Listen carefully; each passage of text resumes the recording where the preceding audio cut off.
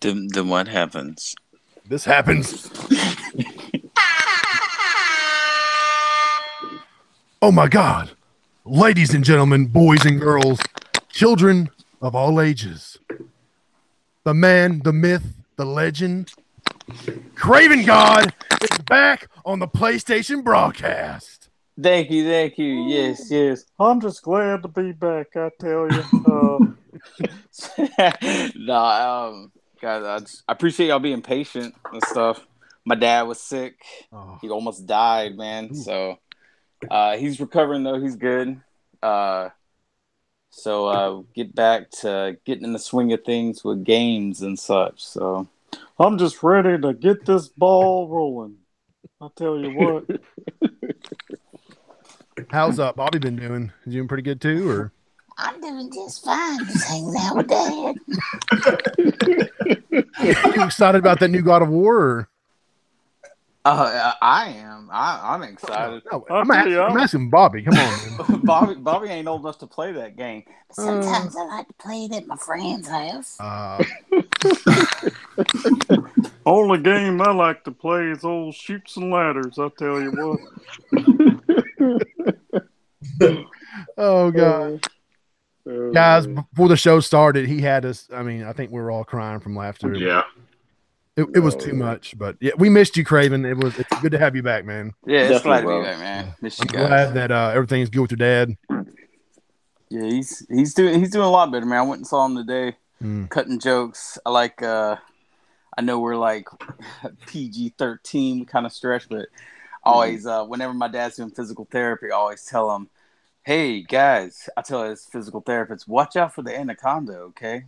my dad's walking with a walker, and he's like, he goes along with it. He goes, "Yes, watch out for my anaconda."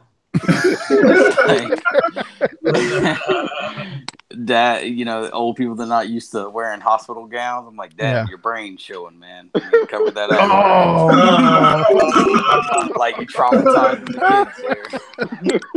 And then he straight up looked at me today and said, "I don't even care." And I was like, damn. I said, "Dad, if yours is coming out, I'm gonna pull mine out. Maybe if you pull his out, we'll just all stand there with ours out, Yeah. But nah, he's good, man. He's joking and stuff. That's him being himself, which is cool. That's good, man. That's good. Man. That's good. Glad to hear. Yeah. Man, you were in our thoughts and prayers. We were thinking about you, dude. Yeah, I appreciate it severely. Plus, you got back with your girl, didn't you? Yeah, it's going real good, man. Good, man. That's awesome. Good, man. Great to hear. Yeah, she's a 1 in a million. So, I mean, you go through hard stuff. Sometimes the people you go through the hardest stuff with are the ones you kind of need to keep closest sometimes. Hey. But ain't for all of them, though, man. Ain't for all of them. I know how you feel, dude. I mean, me and my wife, we had several trials and errors during our relationship, but like you said, when you find that one special person, it's worth it, right? Happens. Yeah, it definitely happens. So, they're worth it. I mean, I normally don't chase girls, but this was one I would probably definitely chase. Like, I really enjoy this one. So I'm going to chase you all the way to Kentucky. It's like, where you going? I'm going too, girl. I'm going too. What's that all for one out for? Yeah. Yeah. Oh, well. See Kraven in the full white suit. Oh, man. I bet you can rock it, though. Come here, girl. Hey, girl. I saw you eyeballing me. I saw you. You saw me doing those squats, and you were just like, "Ooh." Girl, I saw the way you eating that Subway sandwich from over here. And, I was thinking, I want to be that turkey. You know what I mean? Hey, let me ask you something, Kraven. How much can you deadlift? The most I've done is 405. Damn, I wish Silver Ski was in here. He challenged JayDub to like a deadlift contest for the title of the God of PlayStation, and I was like, man, we need KravenGod in here to. I wonder what his deadlift is. I don't know. I'm gonna message him later. I do. I have a friend that's smaller than me. His max body weight's like 160, but he's got these orangutan arms, and he can deadlift 505, man. Damn. Oh, man. He's 160 pounds. Wow. He's like freaking Captain America, man. Makes me mad, man. Yeah. Strong. Be mad. Be happy for him. No. I want to be better. Hey man, if you've been on Twitter lately, we have to support one another. Twitter is a war zone. Yeah, we have like I love him as a brother, but we're always hating at each other. We gotta be better, kind of pushes us. So Yeah. it don't work like that on Twitter. If you hate on somebody else, you're like, hey man, you talking about my mom? Nah, dude, I was talking about your Xbox game, That is my mom. Same thing. Yeah, same thing. Yeah, you could talk about somebody's mom all day on there. You mentioned that plastic. What? Dude, your mom is stupid. Got to take that road trip. Yeah. Dude, you got one stupid mom. Dude, I know my mom. I know my mom's stupid. Yeah, she probably playing that stupid Sea of Thieves, man. You don't talk about Sea of Thieves. You hear me? What was that? What was that from?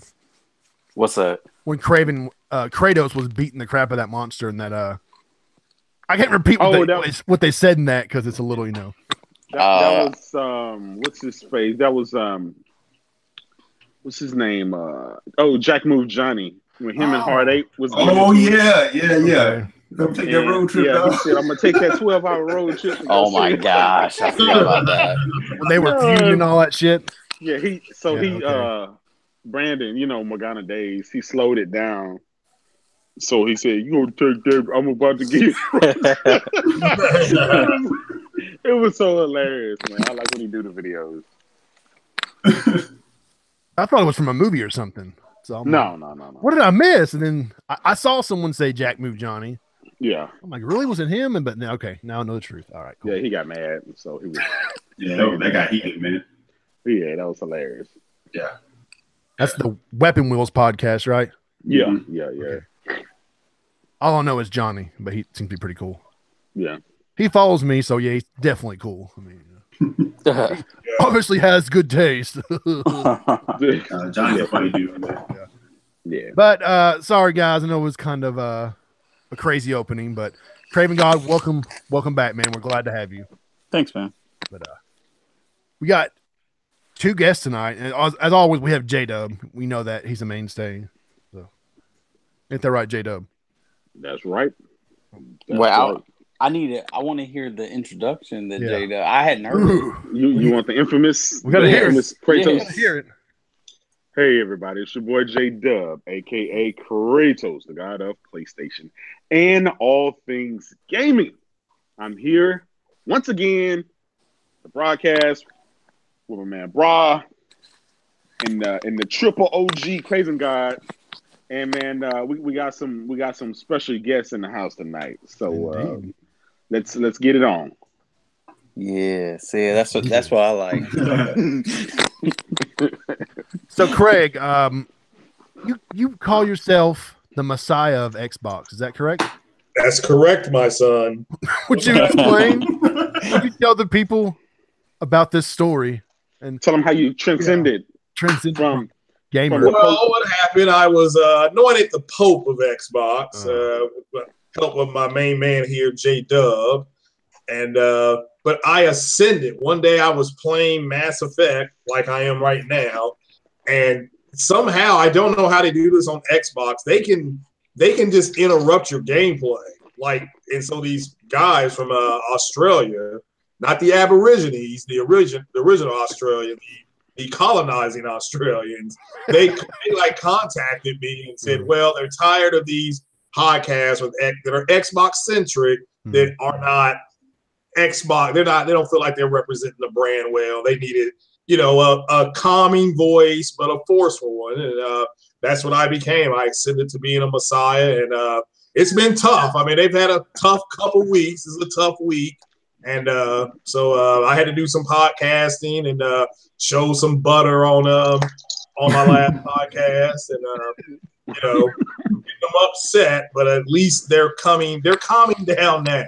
So, but they have to be ministered to at least once a week, which is fine. Hey Craig, tell them what you did. Tell them what you did for your first miracle. How you saved A wretched like me. Wow. So apparently, This is getting deep. Xbox guys, two of the most toxic guys in the Xbox community, called my man JayDub here toxic. Now, JayDub has bought 5 Xbox X's and given them away. Giving them away. Truth. Amen. I've got one. He put me on the JayDub payment plan. I got him paid off as a good Messiah always does. And but he gave away a PlayStation VR. I mean, somebody's got to tell me what's toxic about this. A couple switches, I think. I mean, and just to just people to enjoy. So I personally do not like that. So I absolved him of toxicity. He came to the church. So and I am no longer toxic Kratos. Yes, he was the name Toxic Kratos. Hallelujah. Yeah. Now we have Toxic Cat, Kate on there. She's just being toxic. So she's funny though. Kate's crazy. We're talking about Legend, right? Yeah. I'm like, when did you change your name again? So she's a cool person. She's one of a kind, man. Yeah, so I always want to stay on her good side, but just they're having a tough time. They're having a tough week. They lost one of their anchors, one of their anchor babies just over the past 2 to 3 weeks, and so I've been ministering to them, private and public. The public admonishments though are lethal. Anytime I have to break out a bowl of butter. Butter. Last podcast, I had some butter, and they said you're acting buttery. They can't be happy with what you have, and so you're upset. I mean, it's reached an all-time low. I mean, you're right. The thing on Twitter, I'll just simply say that when you have grown men talking about, well, this game looks like that game, and this game came out years ago. I mean, just on and on and on. Just the bitterness that they have that Rise, Son of Rome did not get a sequel, which it might. To say we to E3, and they're like running around saying, well, now this new game, the new God of War looks like that. And then somebody posted a picture of Batman Arkham, like, oh no, well, Rise looks like Batman Arkham. So it just went on and on and on. So just idiots is what they are. So they have to unfortunately, it'll never stop. That's the correct, and it's not all of them. It's not. It's 95% of the community is okay. There's a vocal 5% that are just dumb. They're dumb. So, but it is what it is. So, once I see the other people going off course, I have to bring them back. So we understand. Thank you. It's a tough job, and somebody has to do it. I don't always have time. Correct. Like the principal of an alternative school. Yeah, you are. It's like we're not gonna give up on them, but they can't be in with the regular students. That we have to work on them. Well, did you see the newest one that just happened when they showed the God of War trailer?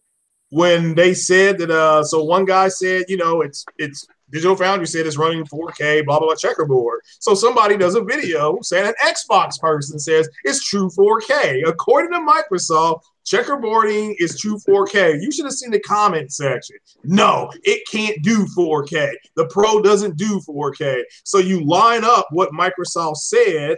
I pasted it, said, no, here's what Microsoft said. It says sparse, checkerboarding, dynamic. It's all 2160p. So it's all true 4K. And these guys literally were saying, well, Microsoft messed up. They shouldn't have put that out there. That's not what they meant. So it's just they're the ones that said it. I know. I agree. Yeah, even though they said I got it off the Xbox Wire, bro. I got it off Xbox Wire.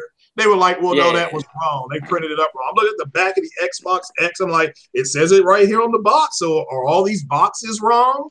Microsoft hasn't come out and said that's not what we meant. It's just like I said, buttery. They're buttery. So, you're on point with that. Yeah. You minister to them and you move on. So, yep. Well, thank you, Craig, for enlightening us. Oh, no problem. We have one more guest. Eric. Welcome to the show, man. Welcome to the show. Oh, man, thank you so much for having me. Hey, it's taken a while. Sorry. Yeah. It's always It's all good, man. I rock with you guys. Yeah, I've kind of, as of late, I've been kind of like thinking about this whole like gaming community thing, and I kind of feel like gaming community is a farce. Well, let me say this: people think Twitter is a gaming community, and it really isn't. Like, there's a gaming community out there, right?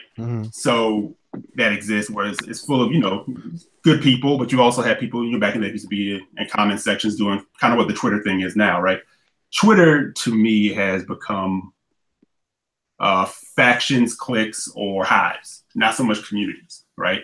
Yeah. Because in communities, you do have different types of people, different levels of people, but mostly communities come together to try to like lift each other up, protect their community, and do well together. These communities are very much built on, I'm cool with you until you say something I don't like, and you don't like rub my shoulders, you don't tell me what I want to hear, and I don't rock with you anymore. Blah. That's not a community. That's hive mind stuff, right? So the kind of way I go about it now is I got a tiny home that I just ride around. I don't live in one community. I don't support one community. I just kind of ride around and rock with people who rock with me and keep it gaming. And that's why I rock with you guys, and I'm happy to be here. Oh, yeah, man. Great to have you on. Great to have you, man. As usual. Like you said, you've always supported us. So absolutely, man. Absolutely. No, I like, that's the thing too, man. Like, I know like people call Jay toxic, and Brah, first, I'm sure you probably have people that come at you. Yeah. Kraven, I see you out there swinging fists sometime, You have to understand the difference between toxic, being toxic or having fun, or honestly just being an honest, fair consumer. Yeah. Like, you definitely have people that are toxic and who kind of do things, and and I believe the toxicity comes from being negative, threatening people, things like that. Sending a GIF out because it's funny and you want to make fun of something, that's not being toxic. That's actually keeping it light and keeping it funny, because at the end of the day, this dumb plastic. These are toys. Right, man. Bunch of chips. Yeah. Amen. And the thing is, it's like, when I say like don't put yourself in one community thing, is PlayStation, Xbox, Nintendo, they don't pay my bills. Our relationship is, I give you money, you give me something that I like. Yeah. When you don't give me something that I like, you hear about it. Yeah. And that happens with anything. If the pool man comes by and you give him money, but he doesn't clean the pool, you have a problem with the pool man. Facts. Right? But when it comes to this gaming thing, it's like, oh no, no. I rock with them. I rock with them for years, so I give them a pass. And credits, I think you were on BRAP, and I said, what that is, it's not that people rock with these corporations and love them so much. They're protecting their nostalgia. Yeah. They're part of them. Yeah, that part of them that, it got them through something, which is fine. Or, they rocked out with this at one point, which is fine too. But it's like, it's a corporation. Their relationship is, we want your money. We'll say and do what we need to do to get your money. Yeah. Yep. So I don't know. Sorry about the tangent. I'm just saying, it's like. No, you're right. You're 100% right, and I think everybody on the panel can agree with you, and know where you're coming from, and have that same frame of mind. Right. There's several ways you can take this. Right. You can accept that information you just said. Mm-hmm. You can either accept that information, learn from it, and try to do better. Or you can just be salty, you can deny it, and you can keep going on as you've been going on over and over. I've always choose to make fun and light of something that's comical, because to all of us, it's comical, it's funny, right? Right. It doesn't really matter, because I think everybody on this panel own every console and play every one. So we have no dog in the fight. But it's something funny to me about grown men that cry and literally take this stuff serious to heart, where it's like, you got death threats, you got, this stuff is really emotional to some people. And I've had people to tell me that I need to stop with my gifts and my memes and stuff, because they're feeling depressed and stuff. And I've literally had some guys to come on a podcast and tell me that I need to frame what I say in a little bit better way, so they can take it and accept it better. And I told them I never knew that my funny opinion would affect another grown man. But it lets me know that I have some power over some people that I never knew that I had and I shouldn't have. But I mean, it is what it is. It is what it is. So I mean, dude, can you imagine? You know, you're like, man, this is hilarious. Let me send this out, and you send it, and then they're like, that JayDub. You know what? I may send him you know what? I'm gonna go write on my blog about him without mentioning his name. And then, dude, you ruining people's day. You know, just eating lunch. That guy's over there. He's like, I can't believe him. My Xbox, my PlayStation. It's crazy. My wife, she's a psychologist. She sat down with me one time. This was a couple of months ago, and I've let her listen to some of the stuff that these guys have said. And she's broken everything down about those particular people, from the stuff that's going on in their lives, how they're taking it, how they're rebelling and stuff like that, and emotional. I mean, she sit down and she can examine them word from word and what they're going through in their lives and why they take this stuff so personal. But they're in their late 30s and early 40s. How? I know I'm not using fees, but how do you wait till you're 40 to rebel? Well, think about it, Craig. A lot of these guys aren't married. Well, a lot of them aren't married. They don't really have anything going on in their life per se, and so this is their livelihood. Something to attach to. Yeah. This is why that emotional connect to other people is not there. Yeah. You're right. I mean, has she like gone into kind of the pathology? Like, as soon as Sony will release something, it's immediately it got downgraded. I mean, that's what I've noticed. I mean, I've noticed Horizon Zero Dawn got downgraded. I mean, this is stuff that they said. It was downgraded. Spider-Man got downgraded. There was a Gran Turismo got downgraded. It's like, okay, all these games have one thing in common. They don't have access to it. This is what she did, right? She didn't break it down like that, but she did label the stuff that they were doing. And she's not a gamer. She's not a gamer at all. This is totally my hobby. She said depression. She said fear. Yeah. She says in denial, basically liars, people that, you know, and I forgot all the terms that she used, the clinical terms.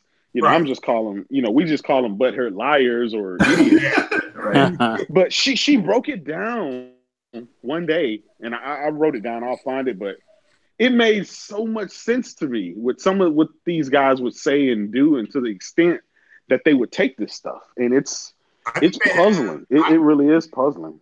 Ask her in passing, do you think they have a disassociation disorder? That's like an actual social phenomenon, a disassociation. I really do believe if they play Hellblade, they may try to do something to themselves. Saying some of them hear those voices. Yeah, I mean, but I truly believe there's something called DIC or something like that. It's a clinical phenomenon. It's a disassociation disorder, and I think a lot of them have that. I think the fear is spot on. I don't think that's talked about enough. Well, I guess I'll talk about it tomorrow then on my podcast, you know. But I think there's an inert fear that they're going to wake up. And that news they got, was it last week or I guess it was last week when Microsoft put their shit on everything. That was huge. I mean, psychologically, that really knocked them down. And then they got the God of War you see how it all built up? They got that news, they got the God of War stuff, and now Sea of Thieves don't work. So I mean, you know, it's you know, let me clean that up before they come after me and my way. Is it still down right now? You know, it's down. It's down. You know, so I mean, it was working this afternoon because I thought it was Anchor. Yeah, they said that they weren't going to let any more people in. That's what they said. You know, dude. You know what?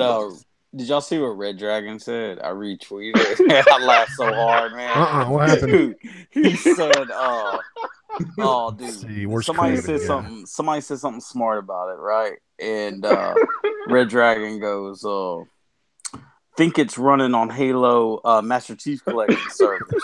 I did see that. I was like, oh no, he didn't. Why do you say that? I saw that. That was savage.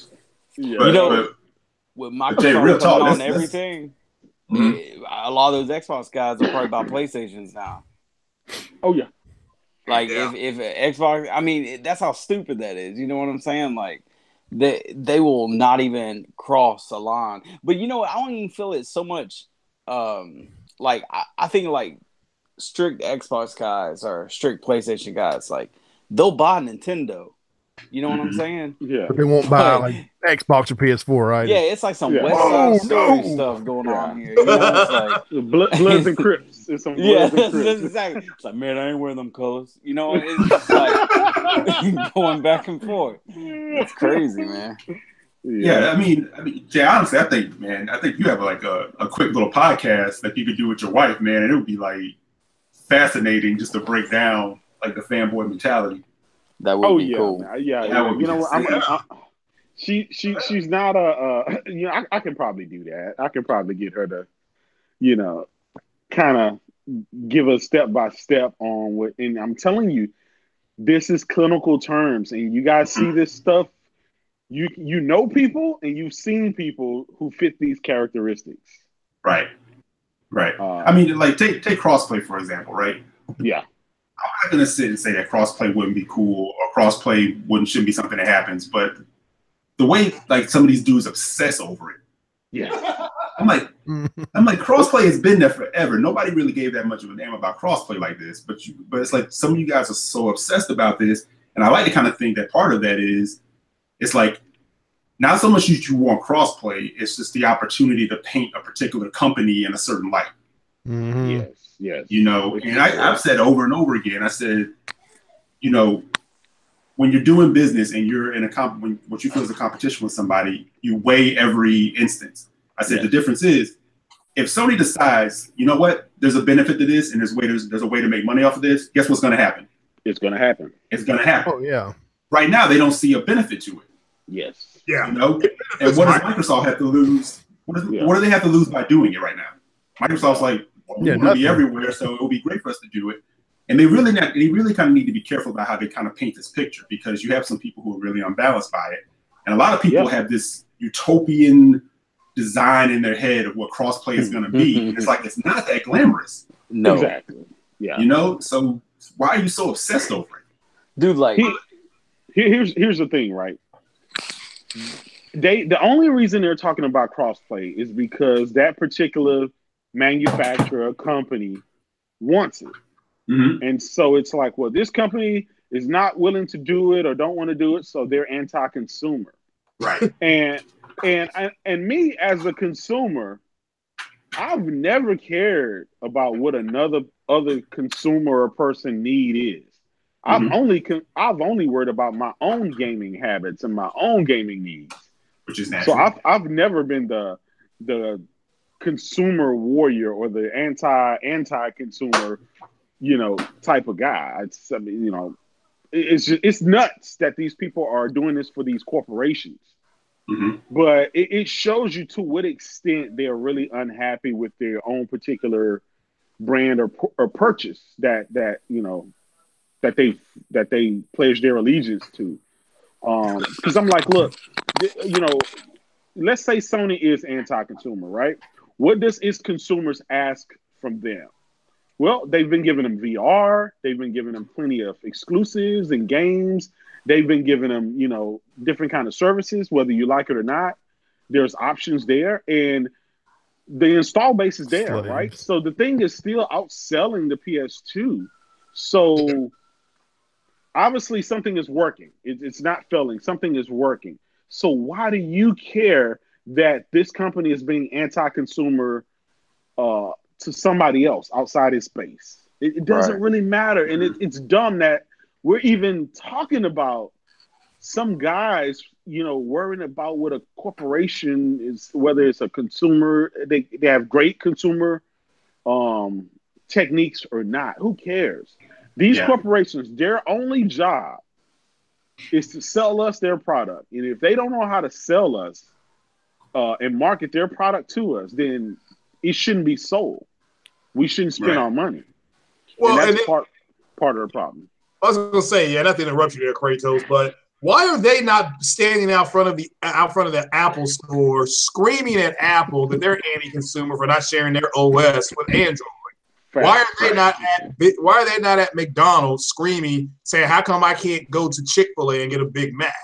I mean, why didn't they scream last generation when Sony did not charge you to play online, but Microsoft did?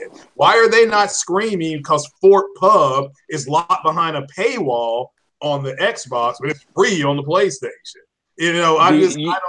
It's just they're buttery. That's the only word I can come up with. Buttery. It's just not no parquet, not no margin, strictly butter, baby. It's butter. So they're pathetic, and it's just, and like I said, they got a hard punch though with that, with that God of War trailer. I mean, that hurt them. As Harbinger says in Mass Effect 2, this hurts you. That hurt them so bad. It did. And what's funny about that is, I constantly see these guys, some of these guys say, "Oh man, they got all these one and done games," right? But the highest form of flattery is like the fact that every time one of these games drops, somebody is saying, "Well, we should do this because that'll be the Xbox answer to The Last of Us, or it'll be the Xbox answer to Hellblade, or it'll be the Xbox answer to," you know what I'm saying? It's just like last generation when, Sony was trying their best to find the Halo killer, and that was supposed to be Killzone. Yeah. It's the same exact thing. You see something that's on something on a rival platform, you're like, man, that thing's doing numbers and it's got people buzzing and talking. These dudes can say all day that, exclusives don't matter. That's not what it does. It's about services or whatever. But look what happens when a Fable gets, teased or rumored that a new Fable could come, or that a new,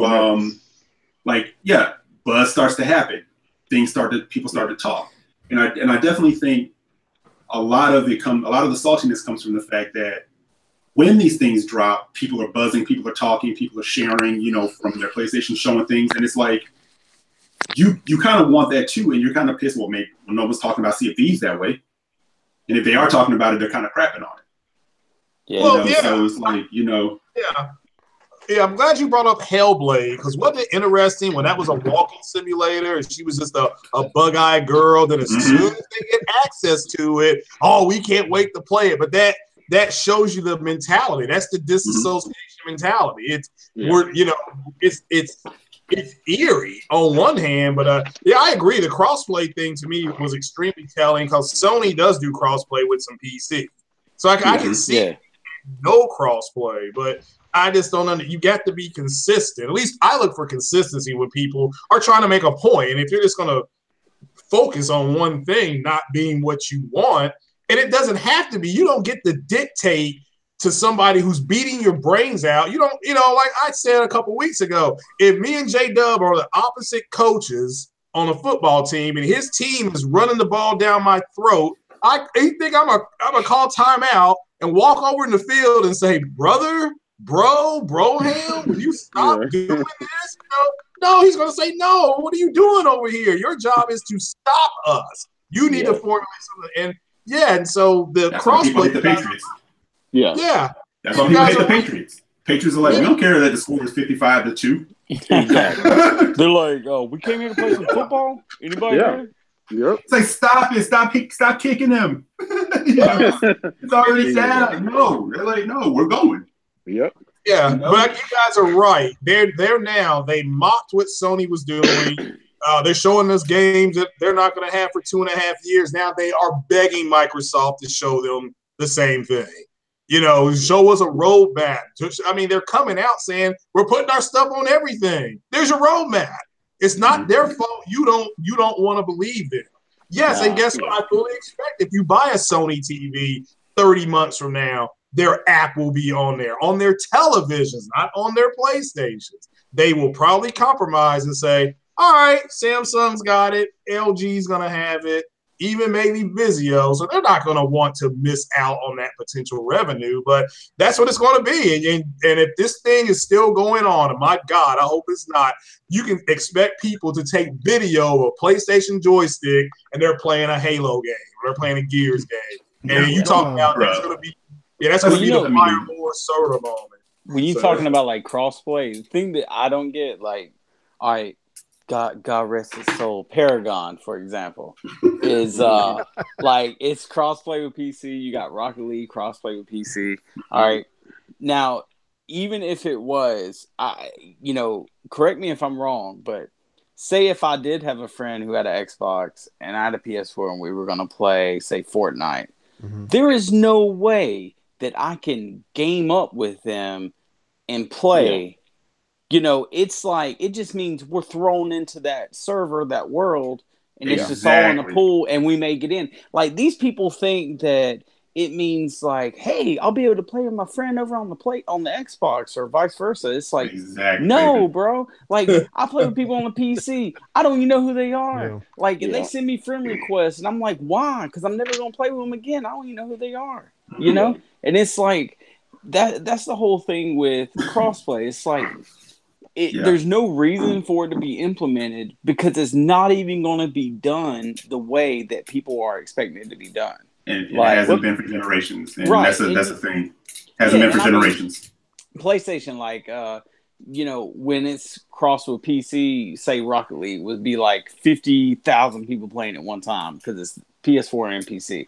And then if you got, and you look at Xbox, and it can be up to like 25,000, somewhere in there. Yeah. And it's like, if they didn't have that crossplay with PC, how many people would be playing? You know what I'm saying? Like, they need, like, some of these, it's like Sony was like that last gen where they were just trying to, like you were saying, grab Microsoft coattails on something. Like, you guys remember Haze?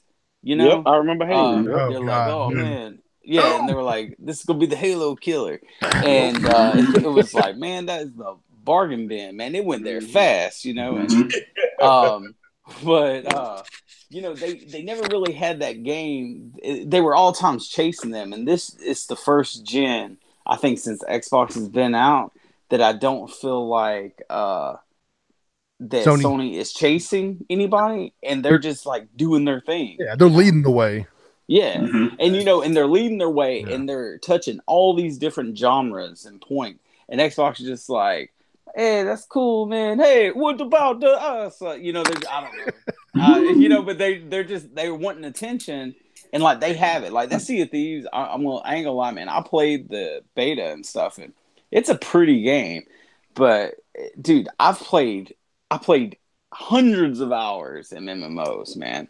And that game reminds me of vanilla Destiny. Like when it first came out, like you're there, you hope you're with some good people about to do a strike, and then if you're not, you got some idiot not knowing how to control the boat, and then next thing you know, you don't want to play it anymore because you're so dependent upon other people to have a good time. And I mean, you could say that's any MMO.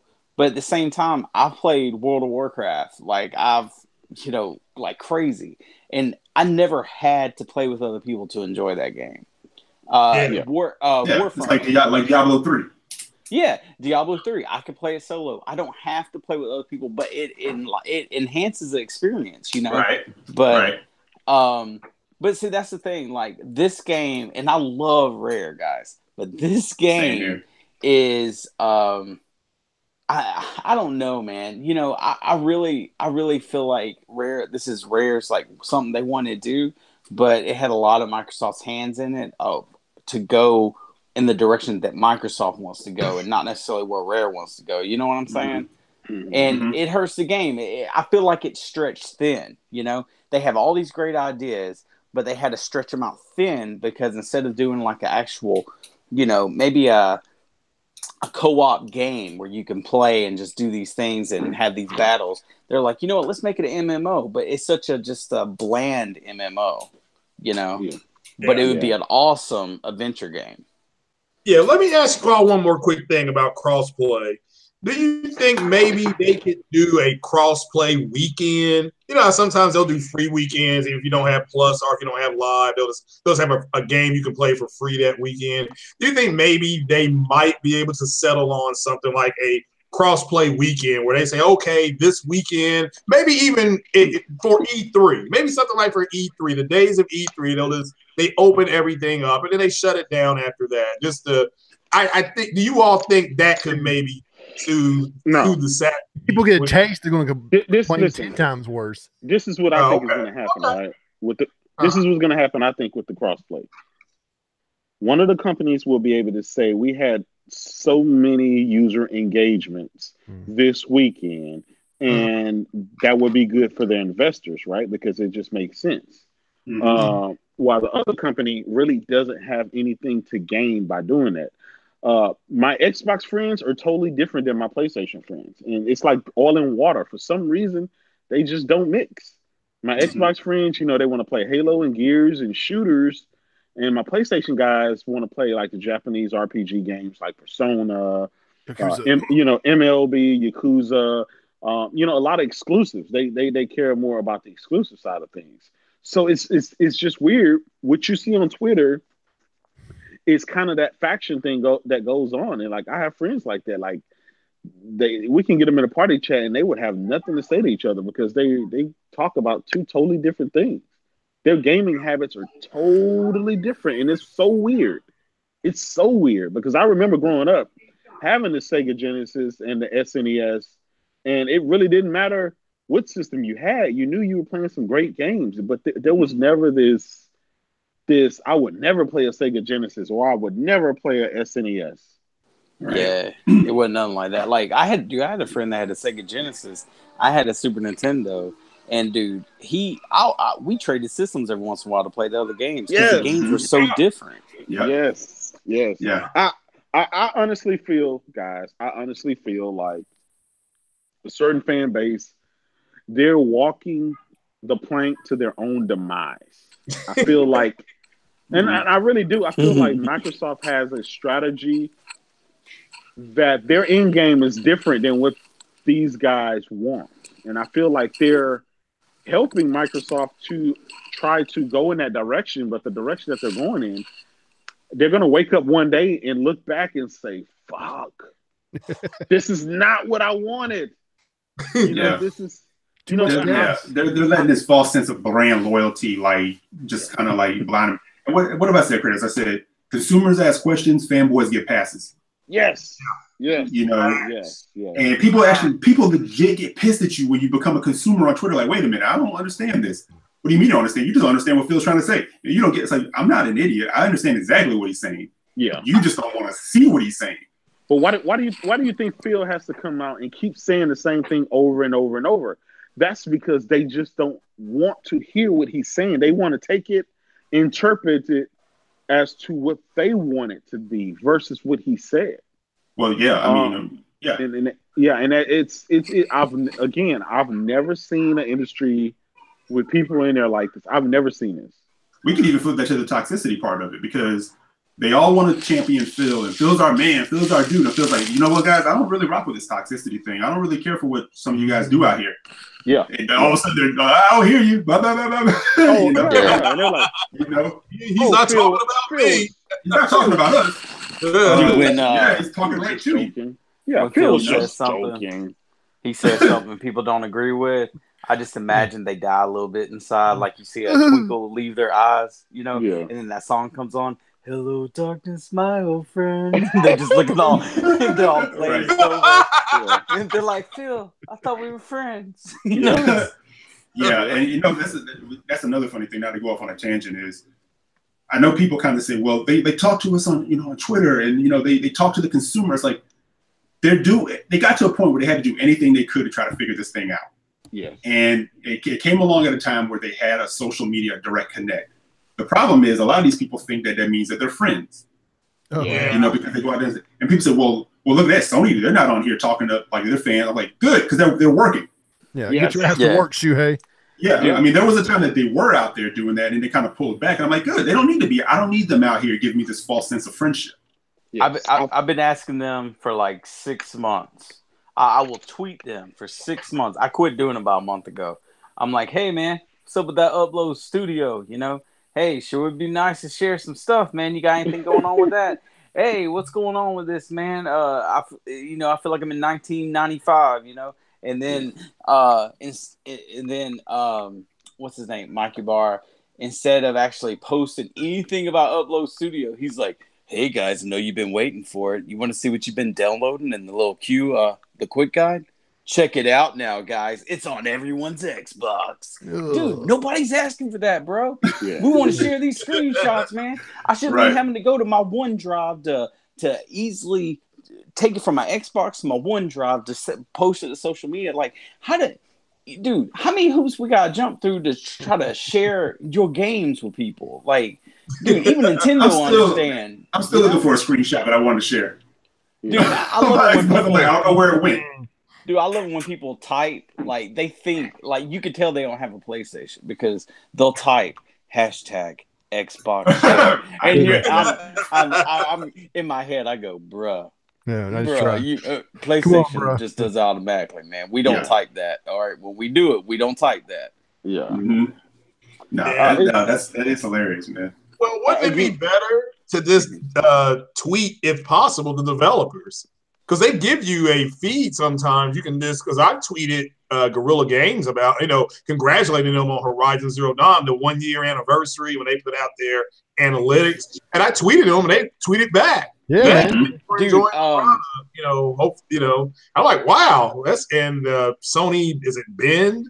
I think they tweeted back. So it just, to me, just tweet the developers. That's why they put it out there. Yep. Santa Monica responded to me, that cosplay I did, Yeah. The guys that do Share Factory.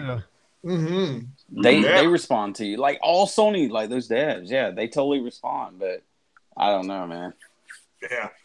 No, I don't want the executives. I mean, if I were to see my executive team online saying the same stuff that those nuts are saying, I mean, we'd be having a long talk. Like, we're going to reevaluate what your job is. You not on social media. I mean, they got a PR team. I can see the PR team being online, but you don't need to be online. You need to be trying to figure out what the hell's going on. Why is there an octopus with a purple hat or a green hat in a game? You got to explain that to me. So I just, it's just they're going into. Yo, look at what homeboy, what was his, Jack Ryan? Direct. Jack was out there being reckless, right?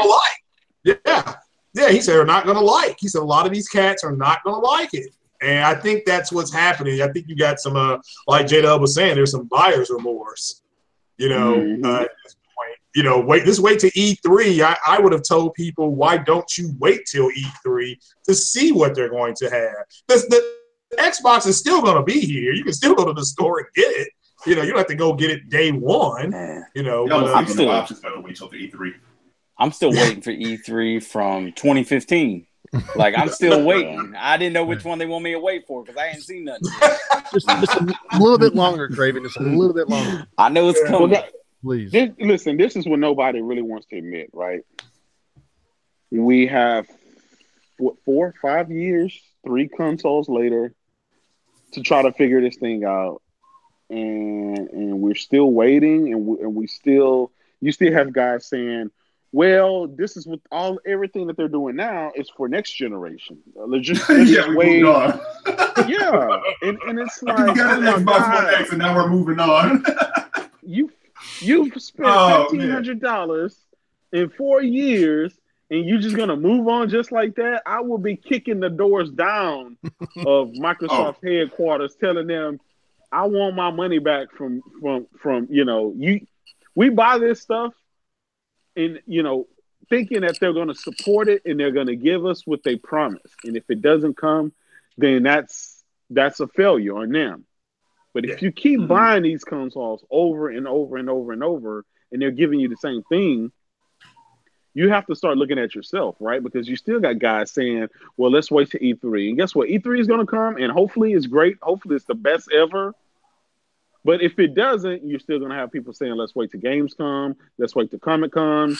Let's wait to next spring, it's always going to be something. Jay, I'm not giving out any more passes. No more Yeah. passes. No more I had passes. a guy tell me today. He said, "Well, everybody knows that the ponies are. He said you're afraid the Xbox is going to have a good E3." I said, "Why would I be afraid? I have an Xbox. I don't want them to have a bad E3." I mean, like I'm hella invested over here. I'm waiting for the good. Yeah, I'm playing games that came out from 2007 and 2012. Because I'm waiting on something to come out. So, and it's fine. I'm enjoying it, but I don't want them to have I don't think they had a bad E3 last year. I thought it was okay. To me, they showed. No, that's the thing. It was okay, but here's the funny part. Out of all that stuff that they showed, what have we seen since? Yeah. All those cool indies that they show, we haven't heard anything exactly else. Bro, what was that one indie that everybody was talking about? The Lost Light, Last Night. The Last Night action. And you guys remember the one with the guy playing the guitar and he's like running through dude, like what is this stuff, man? Like it just fell out. Like I was so pumped for their indie wait till showing. E3. Like I was wait till E3. Dude. But that's the other funny part is people like to say, well, everybody has amnesia now. Like everybody forgets about the first part of the gen when they were releasing it. If you don't stop talking about those games that came out 4 years ago, it's like stop it. And then all of a sudden people are acting like Microsoft just started making consoles. Well, everybody knows it takes at least a few years to bring out some AAA. What have they been doing? Dude, like they're unprepared. Like, give them a chance, guys. They just got started on making consoles. No. It's like this was born. If you really think about it, think about the OG Xbox and the early 360 when they had support for every type of genre, and that's what started bringing people in. Sony stumbled; it brought more people in. They had the year lead, more people came in, and then midway through the cycle, all of a sudden they just started deciding, well, most of our gamers are rocking with this. We don't really need to have a Japanese support. Yep.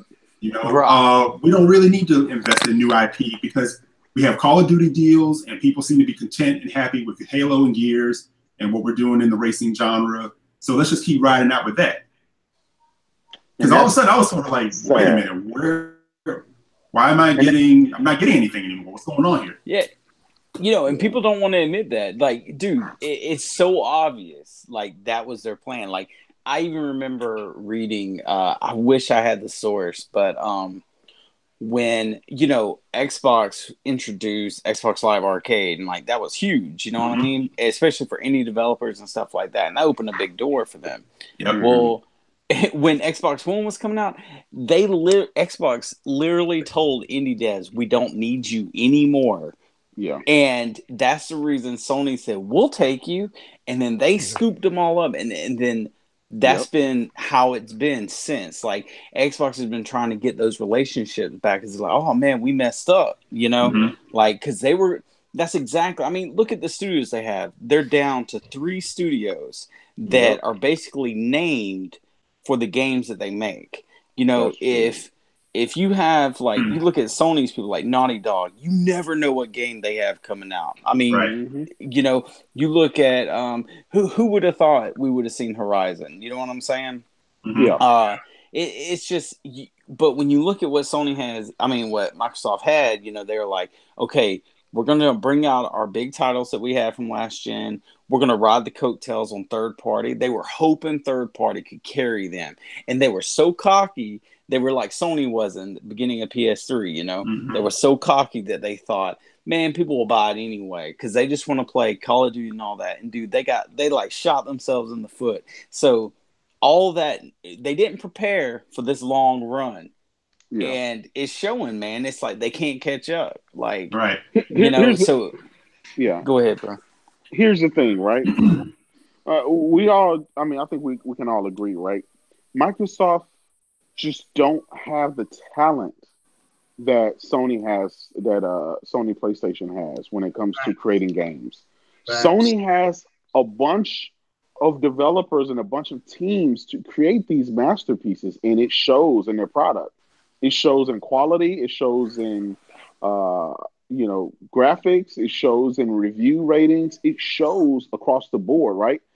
A lot of these PlayStation games are showcases for what the PlayStation Pro and the PlayStation Slim can do. What is the showcase for the Xbox One X? Crackdown 3. Is that PUBG? Crackdown 3. Is that you have to go back a couple of years, and these guys, they always go to launch titles like, oh, Rise looks great, and it's like, dude, that was a launch title. Like, what have you done for me lately? And it's embarrassing, right? Because Sony showed the God of War, and then you all of a sudden got guys on the other side talking about Rise. How dare you even mention that game? The mere fact that you don't have a sequel shows how well that game did. Yeah. I actually saw somebody say it looks like Rise 2. I'm like, what the hell is Rise 2? Exactly. I'm like, you made that up in your mind? Like, it's like if they showed Lucky's Tale and they said, man, that looks like Blinks. Man, when have you seen a Blinks game since Xbox? Again, it's just a way for them to tear down, because they don't have nothing else. So it's like, I have to tear down what the other group has because there's nothing over here. You know, I mean, Sea of Thieves, I mean, we played that today, but JayDub fell and like it was a glitch and the boat was like on top of his head, you know, and you know, it was just I tell people about Sea of Thieves when I play, it was a solid 6.5 because they've got a good enough foundation, and Rare's got to start adding stuff to it, you know, because eventually you're going to get tired of digging up treasure and stuff like that, and you're going to want to do some boat versus, you know, something's got to happen, you know. But yeah, we played, Craig. We played for about 3 to 4 hours today. Yeah. I watched y'all stream earlier. Yeah. To tell you the truth, after about 2 hours, after you can only hit so many islands for treasure, and I can see where it's like, okay, that was good for the first 2 days, maybe, and then after that, it's like people move on real quick. What's in the treasure? When I got shot out of a cannon, that was pretty cool. I got shot out of a cannon. That was it's fun. Think about it like this, you know. I kind of feel like there's a lot of try hard going on Twitter right now when it comes to Sea of Thieves. Like I'm all for people enjoying it. I'm happy that they got a game that they seem to be excited about, right? Yeah. I'm not sure if it's speaking to me, even with the Game Pass. I'm kind of like, I don't know. But I'm looking at people everybody kind of tells their story. Like, I was out on the water and I was cruising and a ship came up behind me, and next thing you know, they're waving at me. Then they started firing on. And it's like you hear the same kind of stories just told in different ways. You know, someone's like, and then the ship kind of came around and then he jumped over me like the General Lee. And it was like, you know, it's just, And it's like, okay, that's cool. But it's like, you're all kind of telling the same story. And that's the first day. Yeah. And that's the story, the same stories we've been getting through the beta. And then when people will kind of say, well, that's only, you know, some people were like, that's 60-70% of the game that was in the beta. That's a pretty big percent of what the overall content is supposed to be on a game that launches. And now it's sort of like, that's true. Oh, well, over the next couple of months, you know, they're going to drop some new content. It's like, you have so much competition for multiplayer minutes right now. You know what I'm saying? You got Fortnite, PUBG. I promise you, when I work in a school, and all these kids talk about is Fortnite. Yep. Yeah. Like, that's it. One kid mentioned PUBG, and he looked over. I'm not even making a joke. I'm not trying to be a dick. He said, "You guys messing with that PUBG?" And they were like, "When you getting on Fortnite?" Yeah. You know? Yeah. What's free? One of the kid I said, you play PUBG? He's like, what's PUBG? I said, yes, exactly. It's free. And the thing is, too, PUBG doesn't even have a preview, a free preview. Yeah. $30. It costs $30, and then the game runs between 14 to 23 frames. It's getting better. I played it last week, a few rounds. Mm-hmm. The parachute dropping was still pretty choppy. Well, you know how they were able to mitigate that, right? They split up all of those guys being in the beginning. They split that up where you're not there anymore. So they broke it up so you won't have that chug up front. Mm. But even when Digital Foundry, they did their video not too long ago, like a couple of weeks ago, and it's still not what it needs to be. The game is still far from, you know, maybe because I play on PC and it's, you know, way more than 60 frames, but it's jeez. But it's still that thing though. Fortnite is the same engine. It's running off the same engine. Mm-hmm. It's a free game. It has the same mode. So it's kind of harder for a lot of people to justify PUBG. Why would I want to play a suboptimal experience when I can play for free at double the frame? Well, here's the fanboy logic on that, Jay. People say, I'm not messing with Fortnite because I prefer realistic looking graphics, you know, and Fortnite looks cartoony. But man, Sea of Thieves is going to be lit. Oh, exactly. Stop it. It's like, stop it. State of Decay and Crackdown too, right? Right. You know, it's like, stop it. You see that dead stare on them characters on State of Decay too? He's killing something. He looks like he's just dying inside, man. I was like, is he decaying inside? Is it the State of Decay? Is that the characters? Or am I talking about the zombies outside? Like, that goes back to what I said earlier about they just don't have the talent to give us those graphically demanding games. But the Gears team, they worked miracles with the Gears 4 patch. It really looks good on the on the X. Yeah, it does. But then when I go back through and play it, I gotta realize it's not Gears 5. It's still Gears 4. It doesn't change the game just because the graphics look a little bit better. Yeah, people hate when I say this, but I'm like, that was probably, people gave Judgment a lot of crap. I'm like, Gears 4 campaign ain't much better. Yeah. No. There's just things that are, I was like, JD's a weak character. I say Cat's a much stronger character. I hate the fact that they crowbarred Horde into it to satisfy the multiplayer aspect. Yeah. And then people kind of said, well, they were playing it safe because, they wanted, because Coalition's a new team. And I was like, okay, I understand, sure, but no, you can't play it safe when you have Rob Ferguson at the head and you have a very talented group in the Coalition. They have some of the best devs who understand the hardware and understand what they're doing better than anybody. They didn't, the DB levels, like over and over again with padding. The game, to me, didn't really get that great until like the final couple of chapters. Yeah. I mean, dude, you guys played the other Gears, right? Like, when some of my favorite games ever. I did. Yeah, so not yet. Working on it. Oh my gosh! Thanks to Eric. Gears 1 is so good. Bro, it's so good. Yeah, 1 and 2 are real good. Yeah, and 3 was like for the fans. It closed off the trilogy pretty good, but like multiplayer wise, like when you go from when I went from 1 to 2, and I was a hardcore Gears player online. So like when I went from 1 to 2, I was disappointed because they tried some things worked really well, some things didn't, but 3 was so good. And they added weapons every time, like weapons that made sense to the game and kind of changed it up. I mean, I think Gears 2, you could tag with a grenade and kick people off into their other teammates, or you could tag people with grenades. In Gears 1, you couldn't move when you were down, but just little things they added. Well, like Gears 4, I feel sorry for like Rod's team and stuff because I know they could have done so much more, but I feel like it was just so rushed because they really didn't add a lot of guns.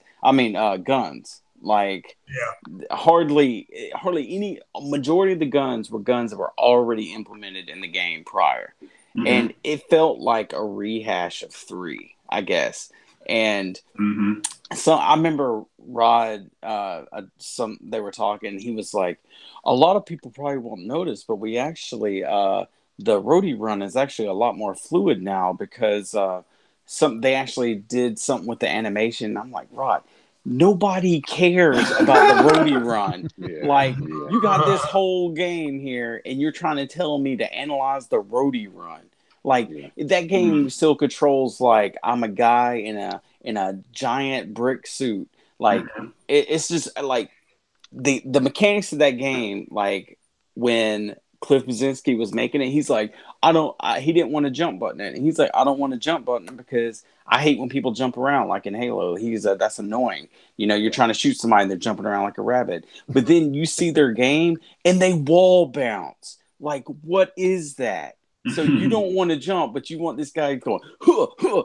And I'm just like, I'm done with this game, man. But yeah, Gears 4, man. I wish they let them do the original game that they were working on because I think people would have been. Oh yeah, Shanghai Heist.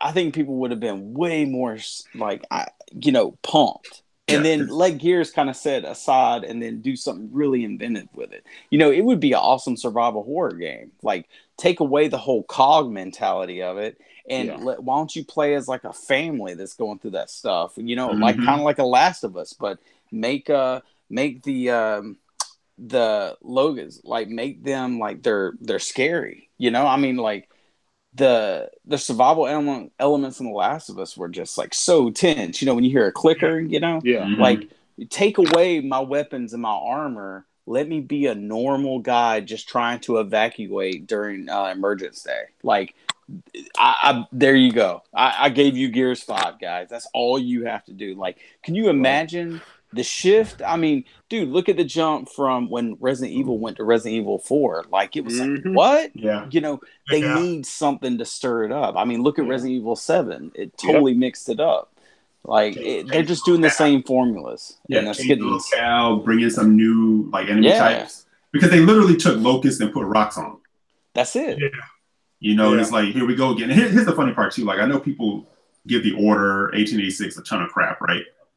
And I said, there's something there with the Order. Like, they could continue that on. But the people that crap on those, I'm like, they said they love Gears. I'm like, you realize that the Order is essentially Gears of War. Pretty much the same thing, Move to this area, clear out, move to the next area. That's all it is. So I don't understand. Like, this like big disconnect. You know what? And here's the thing. The only reason people say that is because it's not on their platform of choice.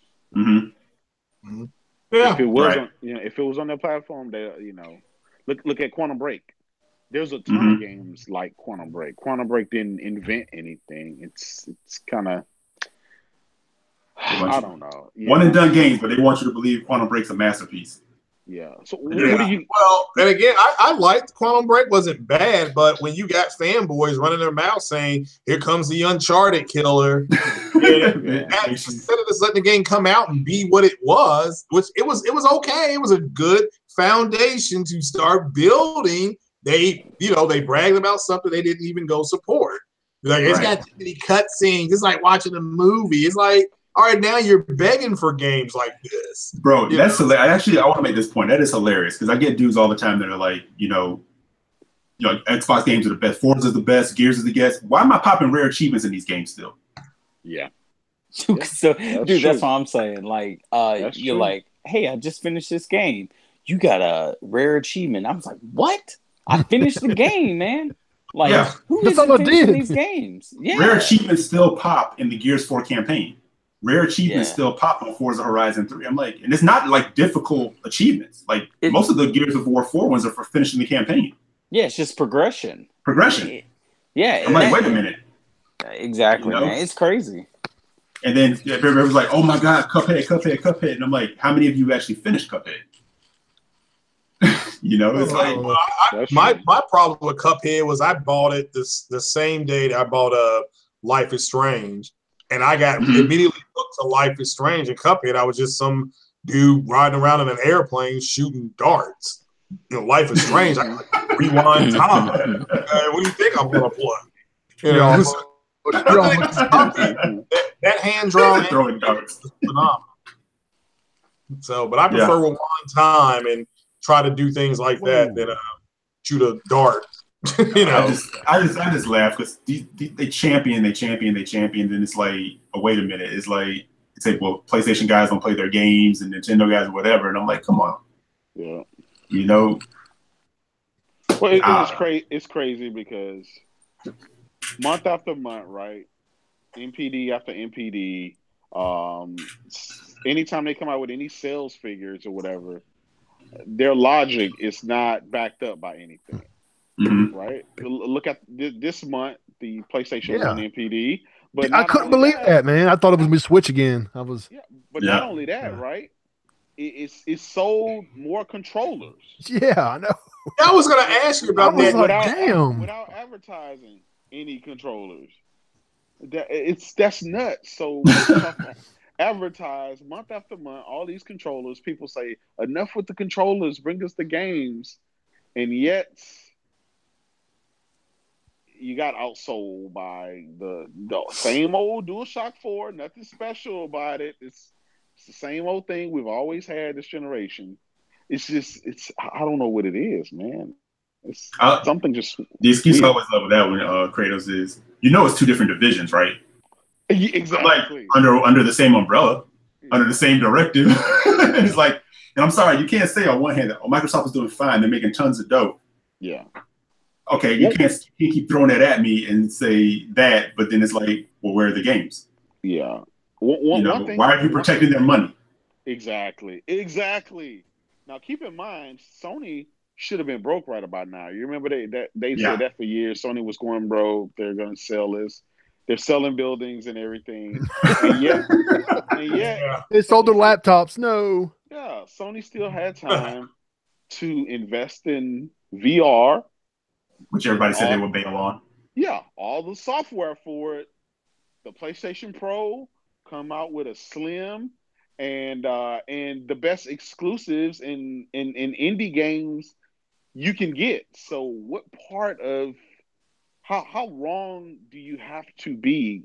I mean, how much more wrong do you have to be for you to just sit back and say, well, maybe let me just shut up right about now, because I've been taking L's for the last 4 years, so you know, I don't know, man. It's nuts. It's like keep running. It's like I keep seeing the thing on like Twitter. People like, well, the best version is on here. It's like, okay, that's all well and good, and well, Sony.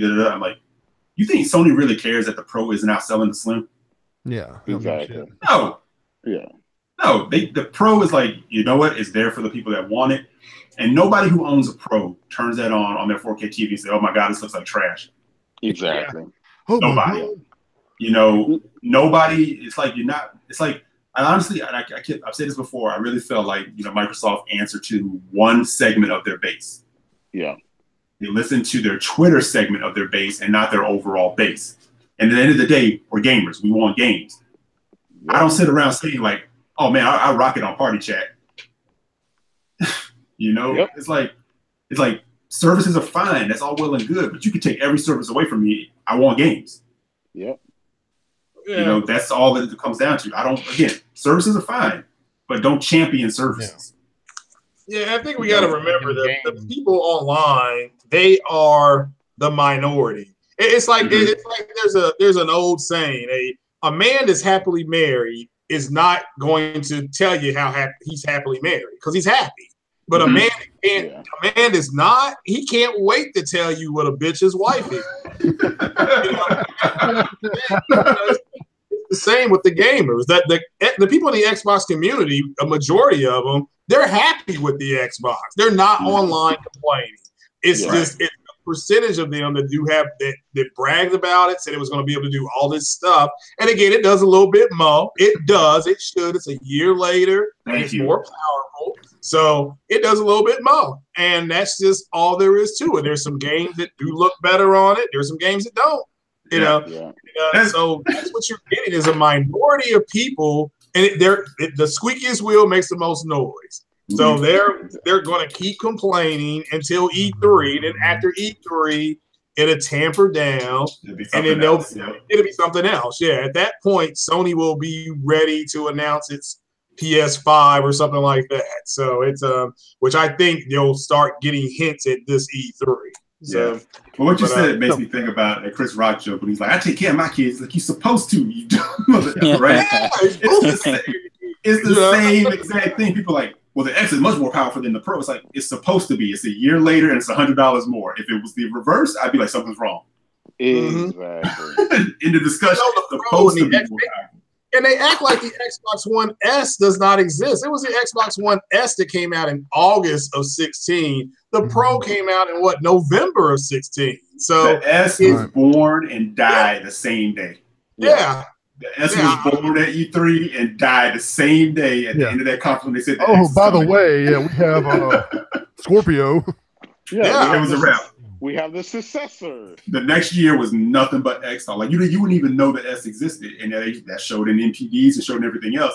And it was funny because people keep saying, "Well, everybody's waiting on the X." No, general consumers are not waiting on the X. Yeah, they have a mindshare problem. The S does not. They have a mindshare problem. Look, here's the problem, right? This was the overall problem. It was too little, too late. They are stuck in 2018. And they tried to fight this power narrative without the software to back it up. It was all about power. They let power, and not realizing the most powerful console in every generation pretty much lost. It's very rare that the most powerful won. And so that's kind of been the problem. This was never about power. Yeah. It's never about power. And, and I like, guys like to do revisionist history and say, well, the power narrative started in 2013. No, it didn't. The stumble was in 2013. But what started that power narrative was you had the more expensive console with this Connect thing stuck to it, but was also less powerful. Yes. And then those reports started coming out, and who blew those stories up more than anybody? Their own fan base. Yeah. And then it became a thing. If I was running a website and I was like, this is like shooting in a barrel. All I have to do is throw this headline out, and I know I'm getting all my clicks for the day. Yeah. So it's like, but at the same time, but none of them really want to go back and blame the source. They blame everybody else. It's the media. It's JayDub for being toxic. It's poor JayDub. But it's never Microsoft for doing the things. Yeah. I blame Microsoft all day. You make it, but you're not giving me the things that I'm asking for as a consumer. I feel like you're answering everybody else. You're doing controllers, you're doing hardware. And again, the X is beautiful. I don't know how they got all that power into this little thing. That's great. Mm-hmm. Yeah. But I'll be honest, I'm spending most of my time on Switch and most of my time on PS4. Yeah. And coming up from behind in this race, the Switch is fastly becoming the indie darling. Switch is the best-selling game of what's the Switch, the fastest-selling console of all time in the U.S.? Of all time in the U.S., yep. That's insane. I don't know why. Insane. There was a window where Microsoft was getting a little bit of traction on the indie scene because like Sony has seemed to kind of been leaving it alone a little bit. Mm-hmm. And Microsoft was kind of picking up that traction. And now Switch is people like, I can have all these great indies on the go. No. That's a huge mindshare thing. And that's my thing. Microsoft has a big mindshare issue also. Yeah. Well, I still don't understand how Switch is doing that because that Kirby ain't got no pants on. Not that I can see. It's got rosy cheeks and no drawers. So that's but no, that's a legitimate point. I just think that I just think there were some people who said it was going to do, and to me, what it's doing is fine. The X is fine. If you do play the backwards compat on the 360 and you put I have a 4K TV, if I put it in 1080p and then I let this thing, whatever, up sample, down sample, whatever that stuff is called, it does look really good. I mean, so they did a good job. I don't have Dolby Atmos. I don't even have a headset for it. So I'm just what's the point? I'm not on it a ton. But yeah, it does a nice job. It is very quiet. I don't know how they got all that power in there. It's heavy, but I'm enjoying mine. But yeah, there's a group of people that are they're whiny. Like I said, they're buttery. Mm-hmm. It's like they didn't know what they were investing in when they got it. So and when you got grown men saying I'm going to feel some type of way because State of Decay is going to be $29, or I don't feel special. That to me is suspect because men don't talk like that. Right. What are you not feeling special about? That's a little bit, a little bit light in the loafers. If you can feel what I'm saying, you sound a little bit light in the loafers, buddy. So. Well, Craig, it's like this. It'll probably be a great time to talk about God of War because it seems like there's been too much toxic talk tonight. every time Sony announces a trailer or a new IP or something like that, it breaks the internet, and then you got a bunch of guys celebrating and cheering, and then you got another guys trying to damage control and downplay. Say what you want, man, but geez, that God of War, dude, that was my game. That's my game, and I've been waiting for it quite a while. So when that gameplay leaked on Friday, it totally took over Twitter, gaming websites, Facebook, YouTube reaction videos, and that was a 9-minute leaked video. Yep. Totally took over everything else that day. Everything else. That whole weekend, people were talking about God of War, good and bad, unfortunately. Yeah, idiots. It's Rise Junior. It's like, okay. Just think, 9 minutes of leaked gameplay, and automatically that was the hottest gaming discussion this whole weekend. Yeah. Like JayDub tweeted, he said it got grown men up in their feelings. I just busted out laughing when I saw that. Like, what is God of War footage got grown men up in their feelings? You know, it totally did. It totally did, man. It felt like, and I'm telling you, man, it's like. It's a lot of it feels like envy. It's like, well, why isn't nobody talking about, State of Decay this way, or talking about, Yeah. And it's like it is what it is, because here you go again, a franchise that is on the record of saying that Sony didn't really want to do. They didn't want to do this game, and Corey had to go in there and sell it, right? Yep. But it's an example of taking something and saying, and I think a lot of us would probably agree after playing I'm drawing a blank on it now. Ascension. After playing Ascension, I don't know, personally, I kind of felt like, all right, this is getting a little... Needed something, didn't it? Needed something different, yeah. I'm like, Kratos feels like a holdover from, a bygone era of gaming. Yes. Right? Yes. And people can say what they want, God of War looks like, here we go again, that perspective looks like last... They're doing something where they realize, look, a lot of people grew up with this character, but they are not the same gamers they were when they started playing this game. Yeah. So we're going to do something to make this more narrative based, a little richer, the RPG element type of thing, because that's also what newer gamers are used to in games like The Witcher 3 and everything else. Yeah. And it's taking that chance. Whereas, on the flip side of things, we ask for chances to be taken on IP that we also grew up with from other, developers. But that's kind of what we're getting with God of War. They're completely turning what we knew about it a little bit on its ear. Yeah, I mean, that's a good point. I like your point about envy. I don't think it's jealousy in that community. I think it's straight up envy. Mm-hmm. And I just, and God of War, to kind of age it up a little bit because I've never played a God of War game. So when I see, the elements that I saw, I'm like, all right, that's probably something I will end up buying, but it will be after I play a little bit on MLB The Show and all that kind of stuff, So I'll get to it. I don't know if it's day one, because I do want the game the next month, Detroit Become Human. I probably won't be done with God of War by the time I get to Detroit. Detroit is my most anticipated game this year. Really?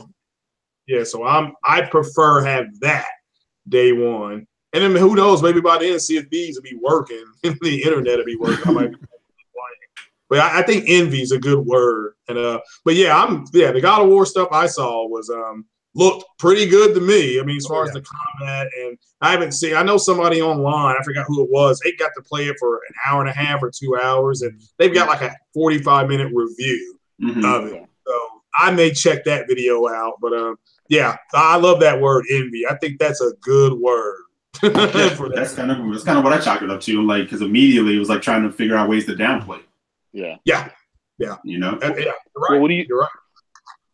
Yeah, and you also had some guys trying to kick other people out of the community because they're asking for those type of games. Mm-hmm.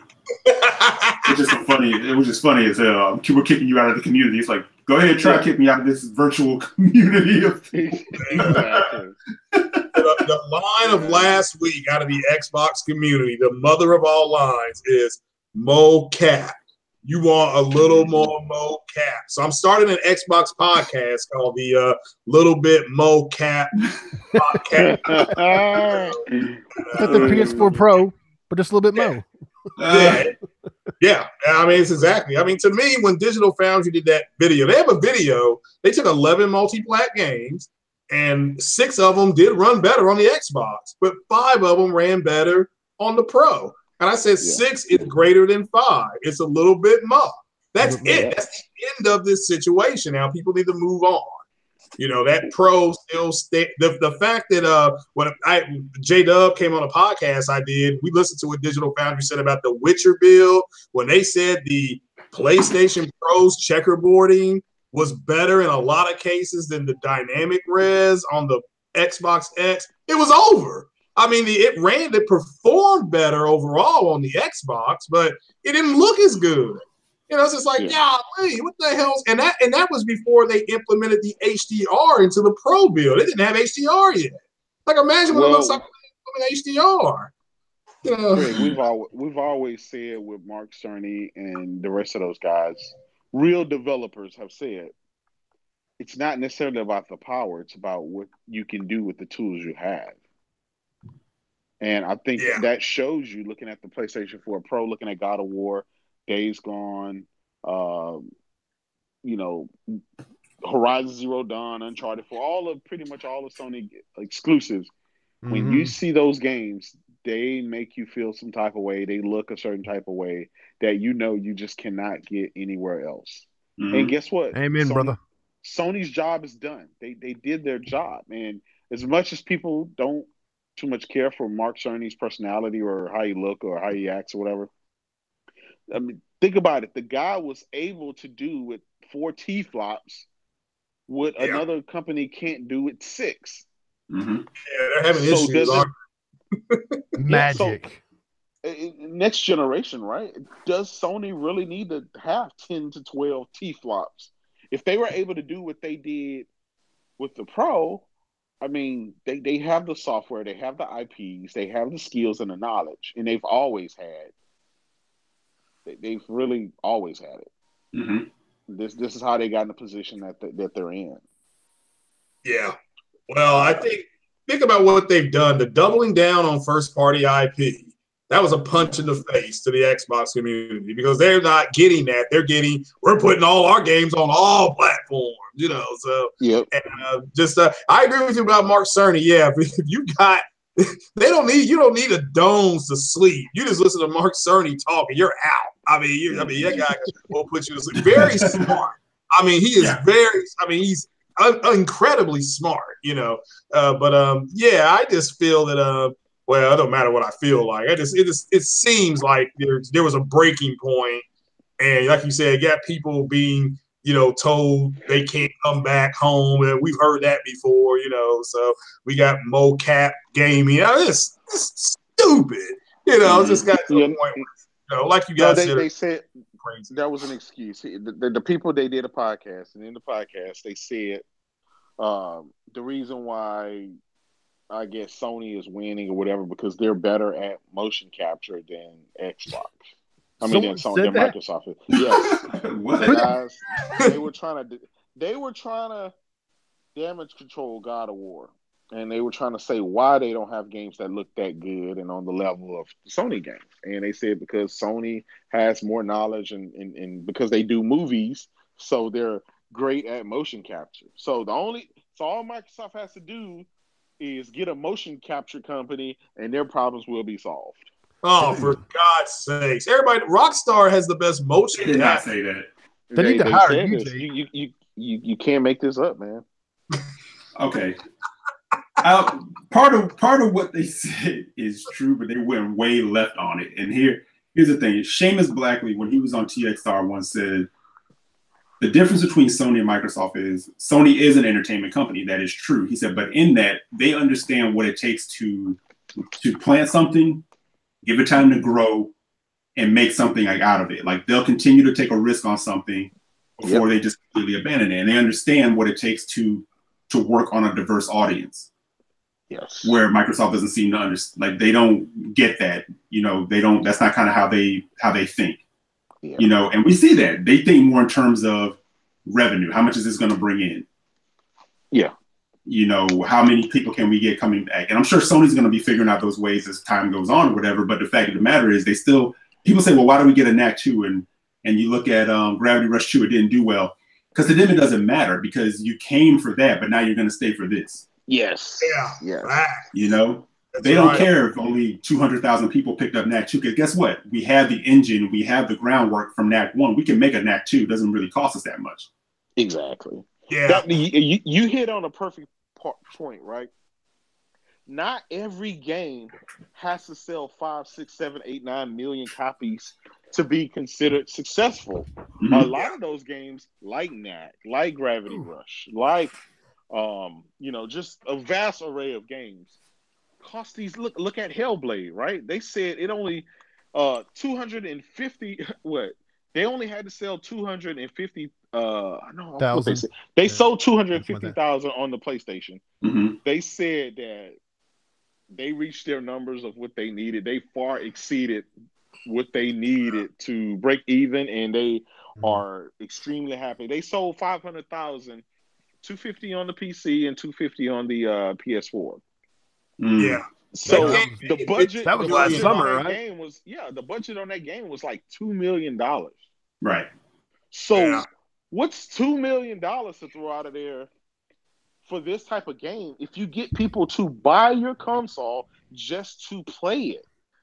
Once they buy the console, there's going to be other games that they buy. So I think Sony went for the let's create our base. Let's create a base route. And yes, we may lose money on creating some software because not everybody is going to buy everything.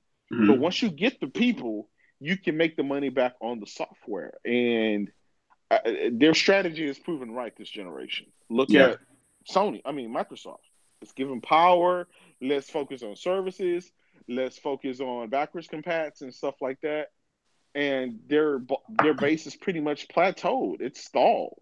But if you only feed shooters and racers, then the only people going to stay there are the shooter and racers fans. So all the other games that you try to build, like the Quantum Breaks, the Sunset Overdrives, the Rise, and all that stuff, people are going to shun away from because you've built year after year after year on nothing but shooters and these annual racers, and that's all that want to stay with that platform.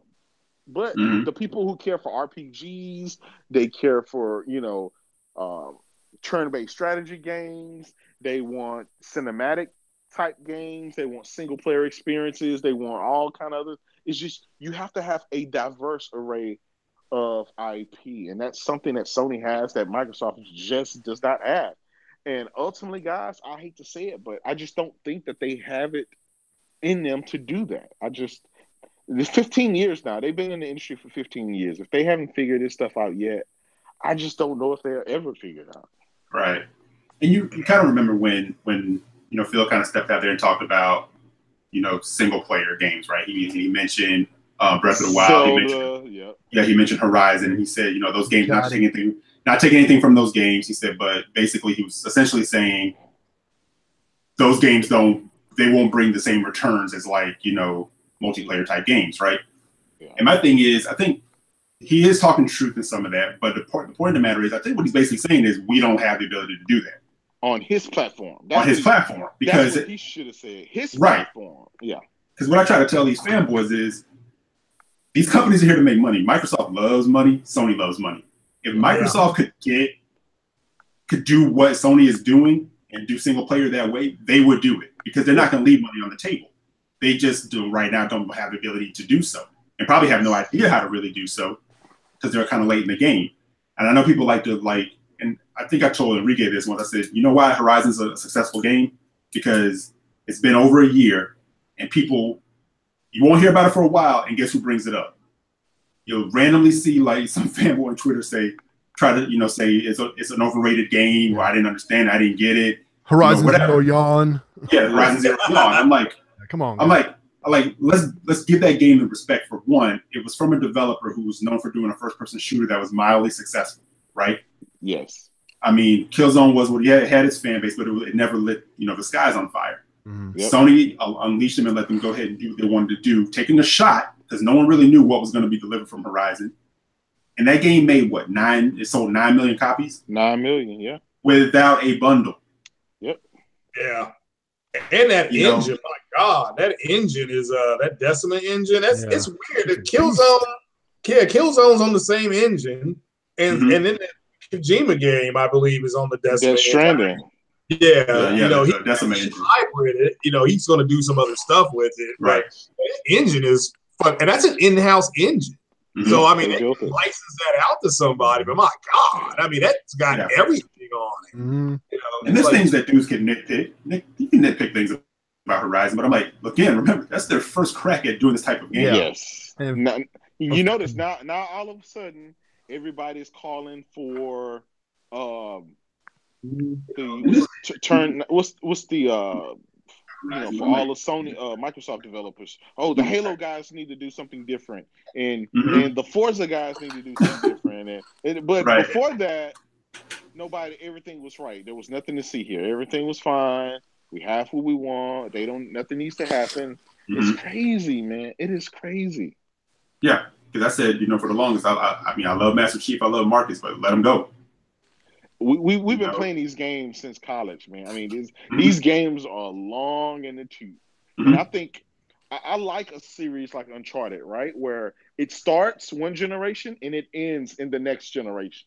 They gave us Uncharted 1. It didn't necessarily light the world on fire, but they gave it another shot, and part 2 set the world on fire. Yep.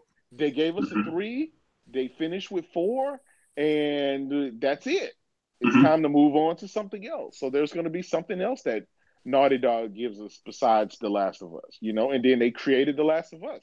Yeah. That's a new IP. We're probably going to get 2 or 3 more games out of it, and then they'll kill it. And then, so there's always this fresh content. It's not like it's been grounded and pounded into your head.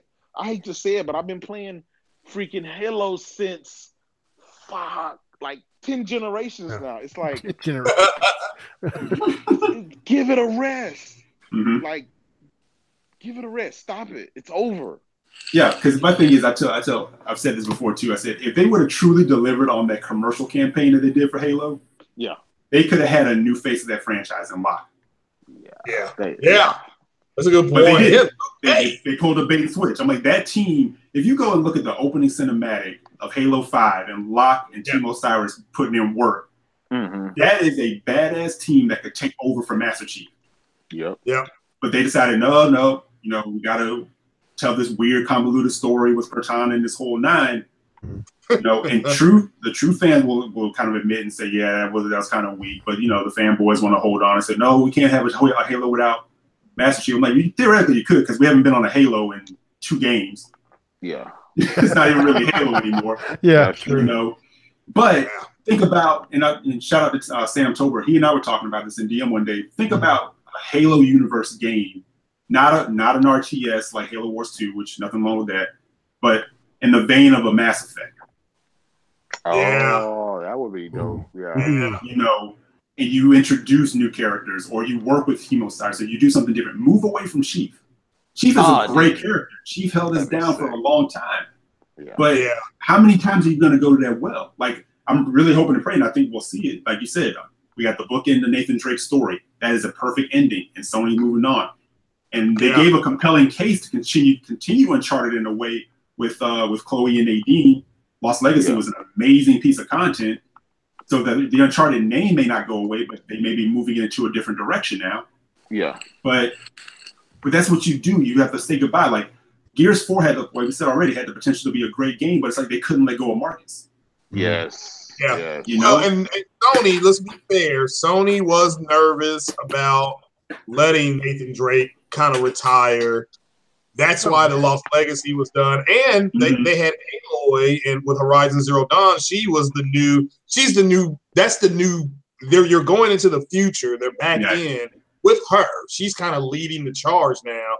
But yeah, the Lost Legacy thing, that's kind of why that was there as a buffer. This is a buffer because they didn't really know about it. But I was shocked when it paid off for them. Yeah. But luckily, Uncharted Lost Legacy didn't feel like just like a quick little cash grab. Yeah. No, you're right. They did a good enough job on it. Yeah, they buffered it. So, but I could definitely see that being like, let's put this net under here just in case. Exactly. You're right. They had a contingency plan in case because they didn't know how Aloy and Horizon Zero Dawn, they didn't know how that was going to be received. Right. We're not completely crazy. Yeah. But you're right. I like the way they ended Uncharted 4. It just kind of went out on its own terms, and you got a little nod to it with Lost Legacy with his brother being in that. So, spoiler alert, anybody hasn't played that, but Raven in it. So, yeah, that's a good point. Legit. I shed a little tear at the end of Uncharted 4. A little tear. Everybody did. I was like, oh God, all these characters for the past, 10 years? Yeah. Well, the epilogue, I mean, they were, with Sony with Naughty Dog was smart enough to put an epilogue on the game. That was perfect. I mean, that book ended everything. It's all together, man. Yeah, all came together. Because you think about it, man, when we started rocking with Nathan Drake, most of us were like, what, college, early career? Yeah. You know, and then you look in it where he's kind of ending his life in the same way a lot of us are right now, you know, married, kids, the whole nine. We're different guys than we were when we started rocking with it, so we relate to it. Yeah. Exactly. Perfect example. Perfect. When you play The Last of Us for the first time, you could sit anybody down, even non-gamers, and say, you don't have to play anything. Just watch this opening cinematic. Yeah. And people will be like, oh my God, what did I just watch? I remember I fired it up and I sat there like, this is going to be a very, very intense game. Yeah. I was sitting there like tears on my face, like, oh my God. I mean, how fast you connected with this character Joel by what happened. Yes. That's some storytelling narration for your ass right there.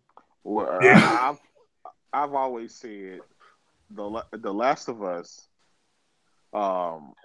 when you think of it, you can have the same amount of fun and experience watching a game being played than you can actually playing the game. Yep. And that's very rare. You'll still be engaged. I remember, man, me playing that game and beating it. Mm-hmm. My kids were right there with me, and they got caught up in the whole story with Joel and Ellie. So it was PSX 2016, and I told this story before. Me and my whole family, we were sitting here, at home watching that PSX. And when they showed The Last of Us 2, when I saw the firefly on that tree, my daughter she said, Daddy, it's a firefly symbol. And like we all start screaming and jumping up and down and everything. Like The Last of Us is an experience, man. It's an experience. It's not a game. It's an experience. That game shocked the hell out of me. That's the story. I was like, wow. You know, like, this is unfair. I didn't want that game to end. Yeah, man. Yeah. It's a special game, man. It's like spoiler. At PSX, Neil Druckmann said the first Last of Us was about love, and part 2 is about hate. So bring it. Bring it. Yeah. Well, it looked pretty brutal. At least that trailer they showed at Paris Gaming, because I didn't know what that was. You know, I'm like, what game is this? And then at the very end, I'm like, oh, well, it showed. You heard those clickers. I'm like, that's the last of them? Wow. And that was all in. I'm like, my God, you know, they can do that. That game is gonna really, wow. This, you know, that's all I can say. It's like Jesus. You know, that was another funny Twitter moment though, because people were like coming back. Oh my God, that was so brutal. That was so brutal. I'm like, it's too much. It's too much. I'm like, most of you watch Negan turn somebody's head into hamburger. Yeah. Stop it. Like, again, come on. I remember that stuff. Maybe The Last of Us is too brutal. I just can't play and enjoy a game like that. You're so full of shit. Exactly. I'm into that crap. I like Sony's reply to that. Sony said, we make mature games for mature audiences and left it at that. That's perfect. Yeah. Perfect response. Yeah. If you don't like our games, then don't play it. Are they too? Are games becoming too violent? Okay, Brah, come on. Right. It's like what's the code that I put in to put my violence in? ABACABG.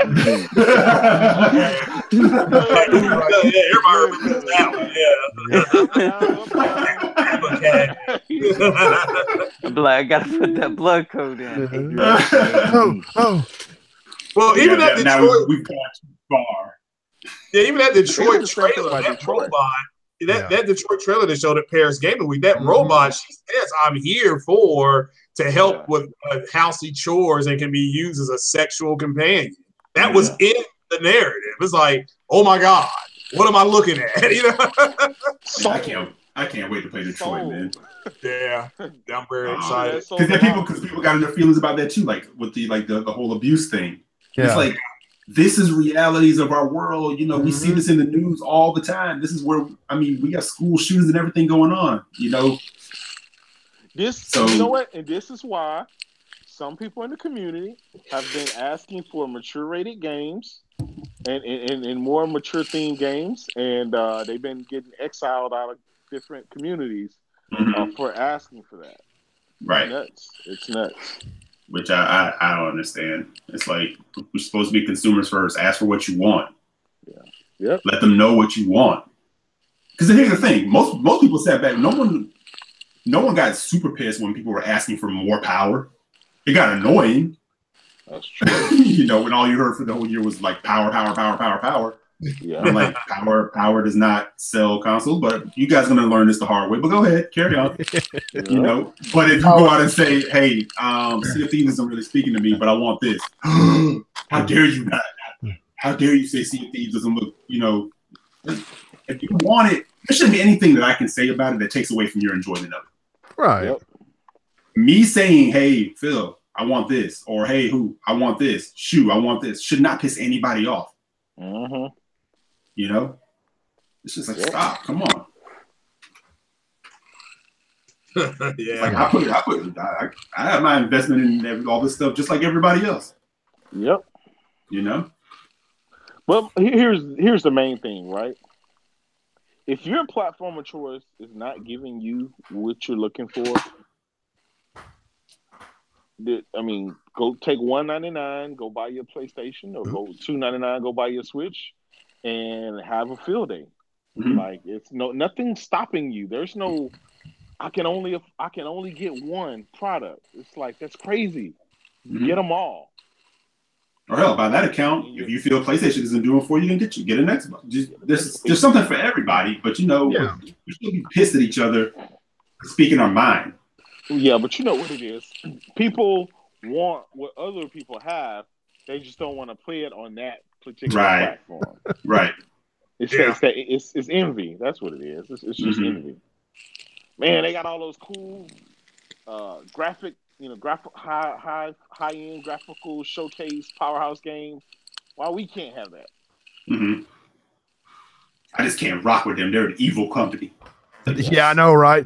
The community on PS4, it's just too toxic, and I could never support a company like that. Yep. I'm like, what do you mean, dude? 10 people on Twitter are going to make decisions for you? Oh, yeah. I just can't go with this company. I'm selling my PS4 Pro. Dude, I've seen that too. There was some guy on Twitter that was like that. I'm like, dude, come on. You're asking for attention. Stop. Yeah. Anti-consumer. Let me tell you something crazy. I had this kid. Let me tell you the difference between Xbox and PlayStation that I have my experience. So I was playing online, playing Dead by Daylight. This kid got mad that I killed him, sent me a message to let me know. And I said, I don't talk to dead people because I killed him, right? Yeah. I said, I don't talk to dead people. And he says, I'm reporting you for misconduct. And I'm like, okay, well, you do that, good sir. And I was like, you have all that time now that you were dead. And then I went back to killing the other guys. Well, all right, and I was thinking, man, that kid is lame as crap, right? Well, on PlayStation, I was playing Rainbow Six one day. I had this 10-year-old and 12-year-old kid trying to roast me the entire time. Didn't he try to boot me right when I started the game? Didn't even know nothing about me. So I roasted the crap out of them on there, and they just kept taking it, and to the point where they stopped talking, and they said, "Hey, do you want to join our party? Yeah, and we'll just play together." I'm like, and I was like, these guys were calling me all kinds of names just like 5 minutes ago. And now they want to be BFFs. And I was like, PlayStation is crazy.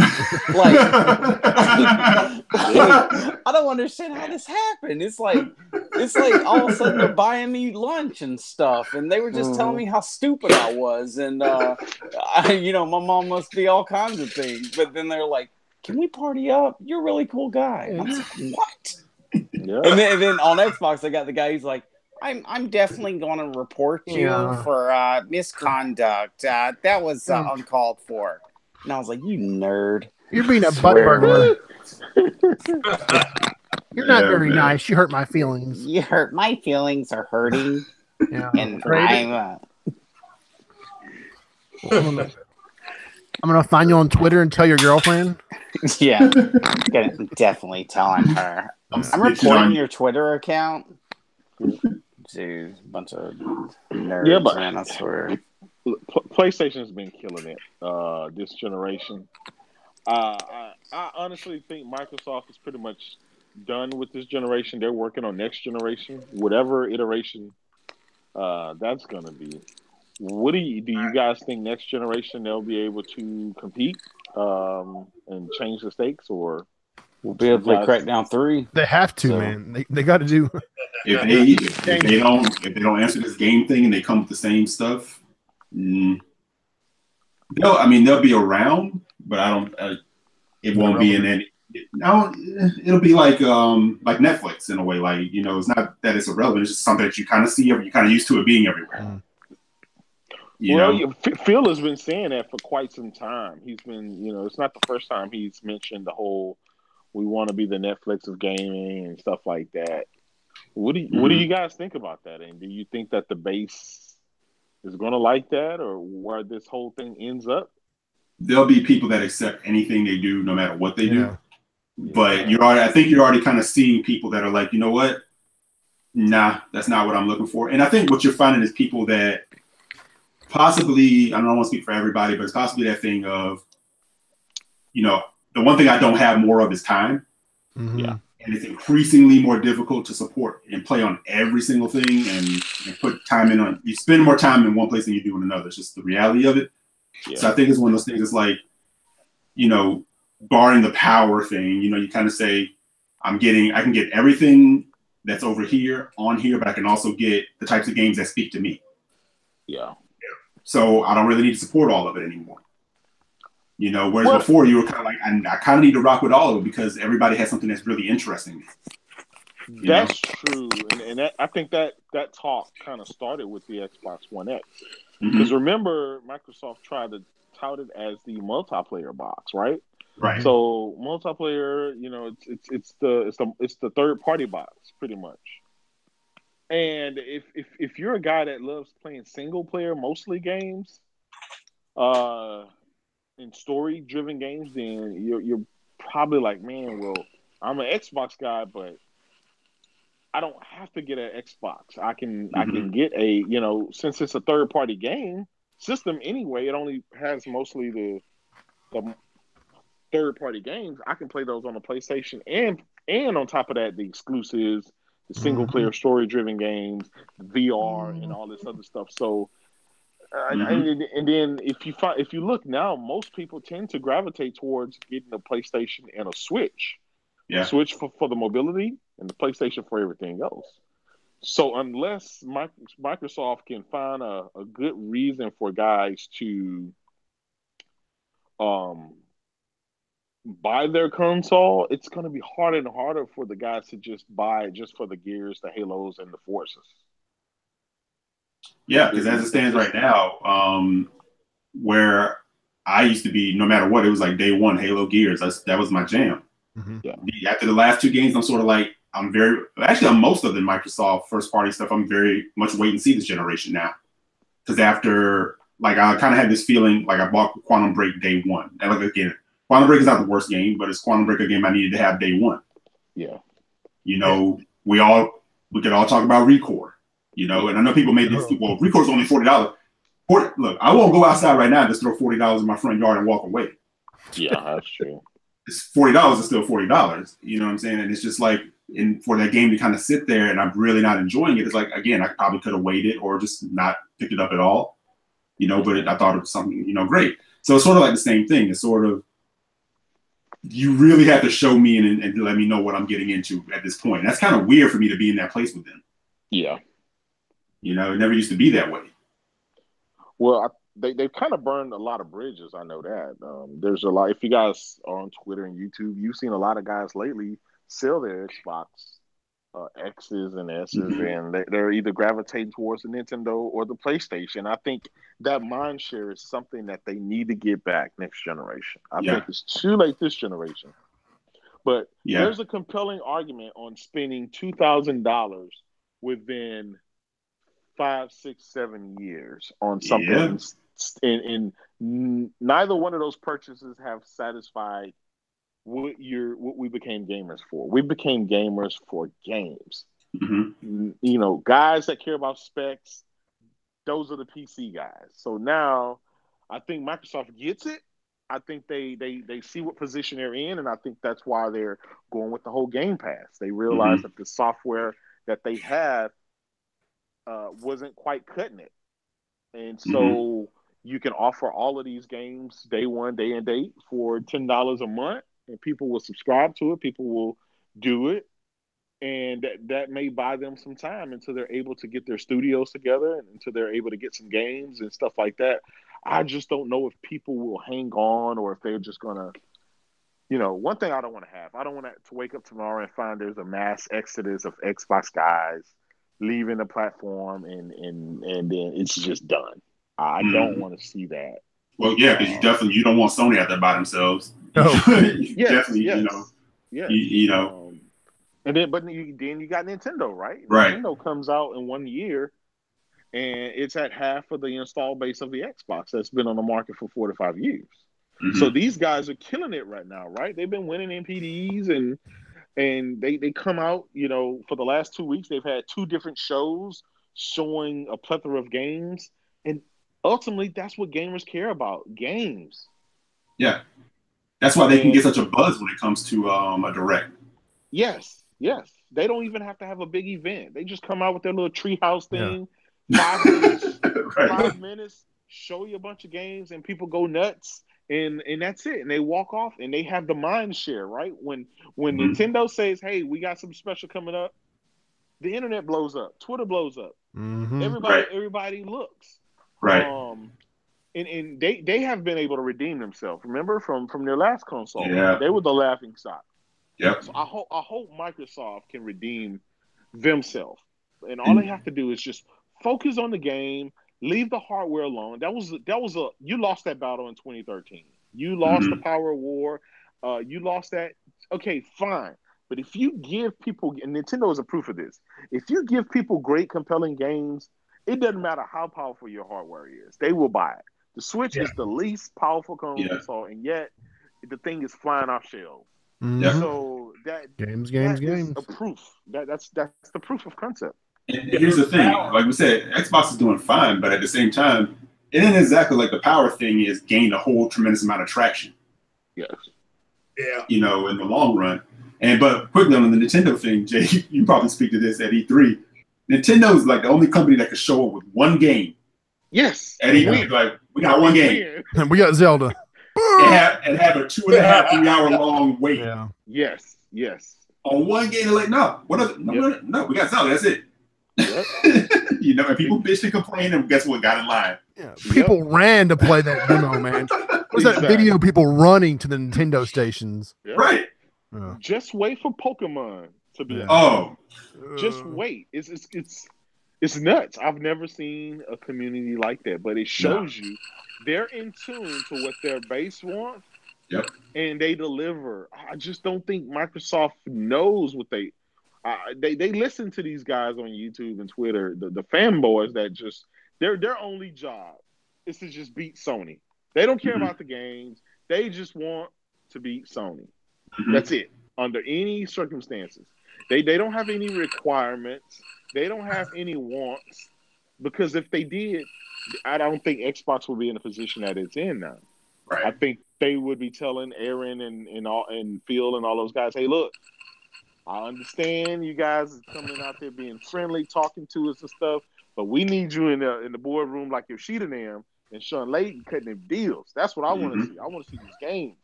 And no, I'm not waiting to E3. I'm not waiting to Comic-Con. I'm not waiting to somebody's wedding. I want the games now. And I think that's what needs to happen, man. You have to tell these companies, if you don't put up or shut up, I'm gone. Like, right. Enough of this wait. Enough of it. We've been waiting for 4 or 5 years now. $1,500 later, and I'm still waiting. Like, what are we doing? Yeah, and it kind of tells you, like, people are like, oh my gosh, it's like Sea of Thieves is finally here. Yeah. After all this time. But let me ask you guys this. So we talked about the fact that they have to bring the games. Now, is there something to the games that they have to bring? Is it enough to say, okay, we're going to do Fable, which is a game again from their long history? We've heard people say MechAssault. We've heard Perfect Dark, again, all games that we've seen from them before. What about new IP? Here's the sad part about it, right? And this is the truth. I'm giving you the honest truth, right? Mm-hmm. This is the sad part about it. They can come out with Fable, Gears, Halo, and the IPs that they've always had, right? Right. That won't be enough. They are gonna have to come with new things that we never seen, and they're gonna have to be on an epic scale. They don't have any epic scale things. They have a bunch of, I'm not gonna say mediocre or bad. They're not bad. They're good. Mm-hmm. They just don't bring that attention that Microsoft needs. You see, when you're behind, you have to go through drastic measures, right? You have to outdo the competition twice as much. Like Sony could come out and Nintendo could come out this E3 and show the same thing over and over again, right? It doesn't matter. They're not going to lose anybody. Nobody's going to sell their PlayStation. I mean, or their Switch. So the job for them is a lot lower, but the eyes are going to be all on Microsoft, and they're going to have to change the mind share. And I just don't think Fable, because Fable was leaked, but everybody's like, guess what? We should have had Fable like 2-3 years ago when they canceled the studio. They were already working on Fable. You don't get brownie points for that. Right. Scalebound was one of those games that people were looking forward to. And when you look at Monster Hunter, you look at a game like that and how successful it was, people are looking at that like, see, Scalebound would have been that, that game. That would have been that game. That's what we were missing. So it's going to be hard, man. And I don't want to be negative. I don't want to say that there's nothing they can do. Yes, they can come out and show us a bunch of great games, but they're going to have to come out and show some megaton of games to change the mind share. And I just don't think that they have it in their arsenal right now with the studios that they have to do it. Because these games, people come, when we go to E3, it's to show the games for the future. It's not to show the games that are coming out in a month or two. And people want games now. They've been waiting for a long time. They don't have another 2 to 3 years to wait for these games to be done. While right now, while the PlayStation fans are waiting for The Last of Us and Death Stranding, they have other games to tie them over, like God of War and what's the other one coming out? The MLBs, the Detroit Becomes Humans, the Spider-Mans, and the other things. And even bypassing those games, they got VR to keep them engaged. They have other smaller games, like the smaller titles like Gravity Rush and Knack and all these other smaller games to keep them engaged. There's always something to keep you engaged and coming back. Ni no Kuni's.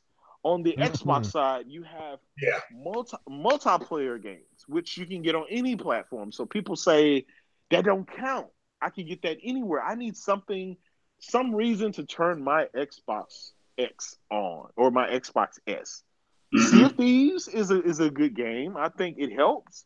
State of Decay is going to be a good game. I think it helps. Crackdown is probably going to help. But those games are not going to turn heads. It's not going to bring the attention that Microsoft needs. It's not going to, when God of War, when they showed that leaked trailer, it broke the internet. Microsoft needs something to break the internet. Right. It needs a reason for people to care. And right now, I just don't think people care as much. There's a lot of fake care, but it's not. I mean, Sony tomorrow could leak a trailer of God of War again or Detroit Become Human, and the whole narrative would just be all about Sony and this trailer. And Microsoft needs to do that. They need to be able to break the internet. They need to be able to grab all that attention away from the competition. Yeah, they don't have a Gears of War this generation. Yes. And last gen, you looked at Gears and you went, I don't care who I have to beat down. Yes. I'm getting the 360 and playing that game, and I'm calling in sick. Yes. Yes. We haven't had that game yet. Gears 5 could drop tomorrow. I just don't think many people, it won't have that same reaction that it once did. And it's because I think it's fatigue. Stop. I think it's fatigue, software fatigue. It's the IP is kind of long in the tooth. They either need to do what God of War is doing, which is a reboot the series, or they need to take a break, take a hiatus. And again, that's why you got to have multiple different IEPs to give people a time to miss you. You know, when you go to work every day, you know, your wife says, "Hey, I missed you. I haven't seen you all day." But when you're at home with your wife all day during vacation, she doesn't miss you. She's like, "Man, you need to go to work. Go clean out the garage. Go do something." You know? Yeah, it's like, why I are you need to miss you, baby.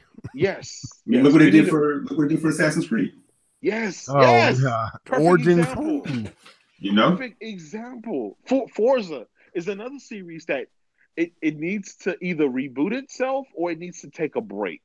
Yeah, it's kind of sad when people say, "Well, we know there'll be a Forza this year." That's we got, you know what? You're talking about like Madden. Yes, it's like it's a you know, and again, I get every single Forza. You know, everybody knows I'm a racing fanatic, but there is nothing in Forza Horizon 4 or Forza 7 that couldn't have been done without a patch from Forza 6 and Forza Horizon 3. Yeah. They just changed the locales. Pretty much it. The locales and help with a little bit more graphical fidelity with the patches and stuff, but it's in essence it's the same game. It's the same game. Yeah, and then you know, I'm barely through Forza Horizon 3, and then 4 will be dropping this year. No. You know? So it's, you know, but yeah, you need more than that. Well, guys, we could probably talk all night about what they need, but it's getting a little late, so we probably should call it a night, unfortunately. Alrighty. Yeah, it's been a hell of a night, man. Thank you, Eric and Craig, for joining the show, man. It's been anytime, man. Tonight's chat has been lit. Okay, it's been this constant fire, constant discussion, and I loved it. All right, glad to be here. Thanks for the great job, man. Craven, it's good to have you back, man. It was we missed you, man. Yeah, it's glad to be back, man. Yeah. I know you got to go. You got to go teach some kids tomorrow.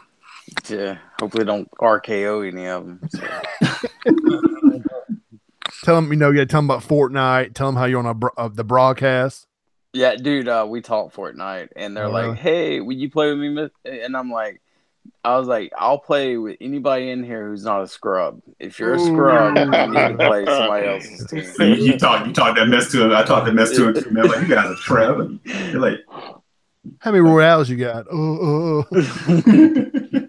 I said, I tell him, I was like, "Look, I ain't gonna be coming wherever we drop it. I ain't coming over there to help you get up while you crawling around looking for your contacts." Oh, it's too good, but yeah, they're funny, man. Yeah, glad to have you back, dude. Eric, Craig, you guys can close out. Tell people where they can find you at. I mean, I got their information in the description, but go ahead and do your little outro, man. Tell us about you and where we can find you guys at. Craig, you want to go first? Sure. Yeah, this is Craig Harris, the Messiah of Xbox. I'm on YouTube, got a little YouTube channel. Just have people on, and the Messiah will be preaching tomorrow at 5 p.m. And some more hurt feelings will come out. The MPD has been officially certified. So what we got on that leak was certified. So I'll be talking about that tomorrow, and may have some butter ready for some people. So that's about it. Just enjoyed being here. PlayStation Brah, always a pleasure. KravenGod, first time meeting you, and glad your dad is doing okay. And JayDub, always keeping it real. I love it. You're no longer toxic. And Eric, pleasure meeting you, man. A lot of good points tonight, man. So thank you, bro. You too. Thank you, brother. A lot of love tonight. That's a good thing. Brotherly love. Definitely. Absolutely. Always a great show, guys. Thank you guys for coming on. Yeah, everybody. Oh, anytime. Oh, let me do an outro real quick. You can find me EC Jaxson on Twitter, Eric J. Just kind of running around trying to follow Kratos' lead. Keeping this thing light and funny. But yeah, you can catch me Wednesday nights on BRAP podcast with Enrique BRAP and B Money of Tick. and a new podcast on Saturday nights, The Gaming Perspective with Undead 3XVI, Rage Virus X, and Mr. Sam Tolbert. Yeah, we had Undead on a couple weeks back. Okay. He's a great guy, man. Yeah, good dude, man. Good dude. Nicholas is awesome. He's brawsome. Mm-hmm. He's 100% brawsome. Yeah, another good follow on Twitter. So you guys should definitely he is, follow man. him. Nothing but a pure gamer, man. That's all he is.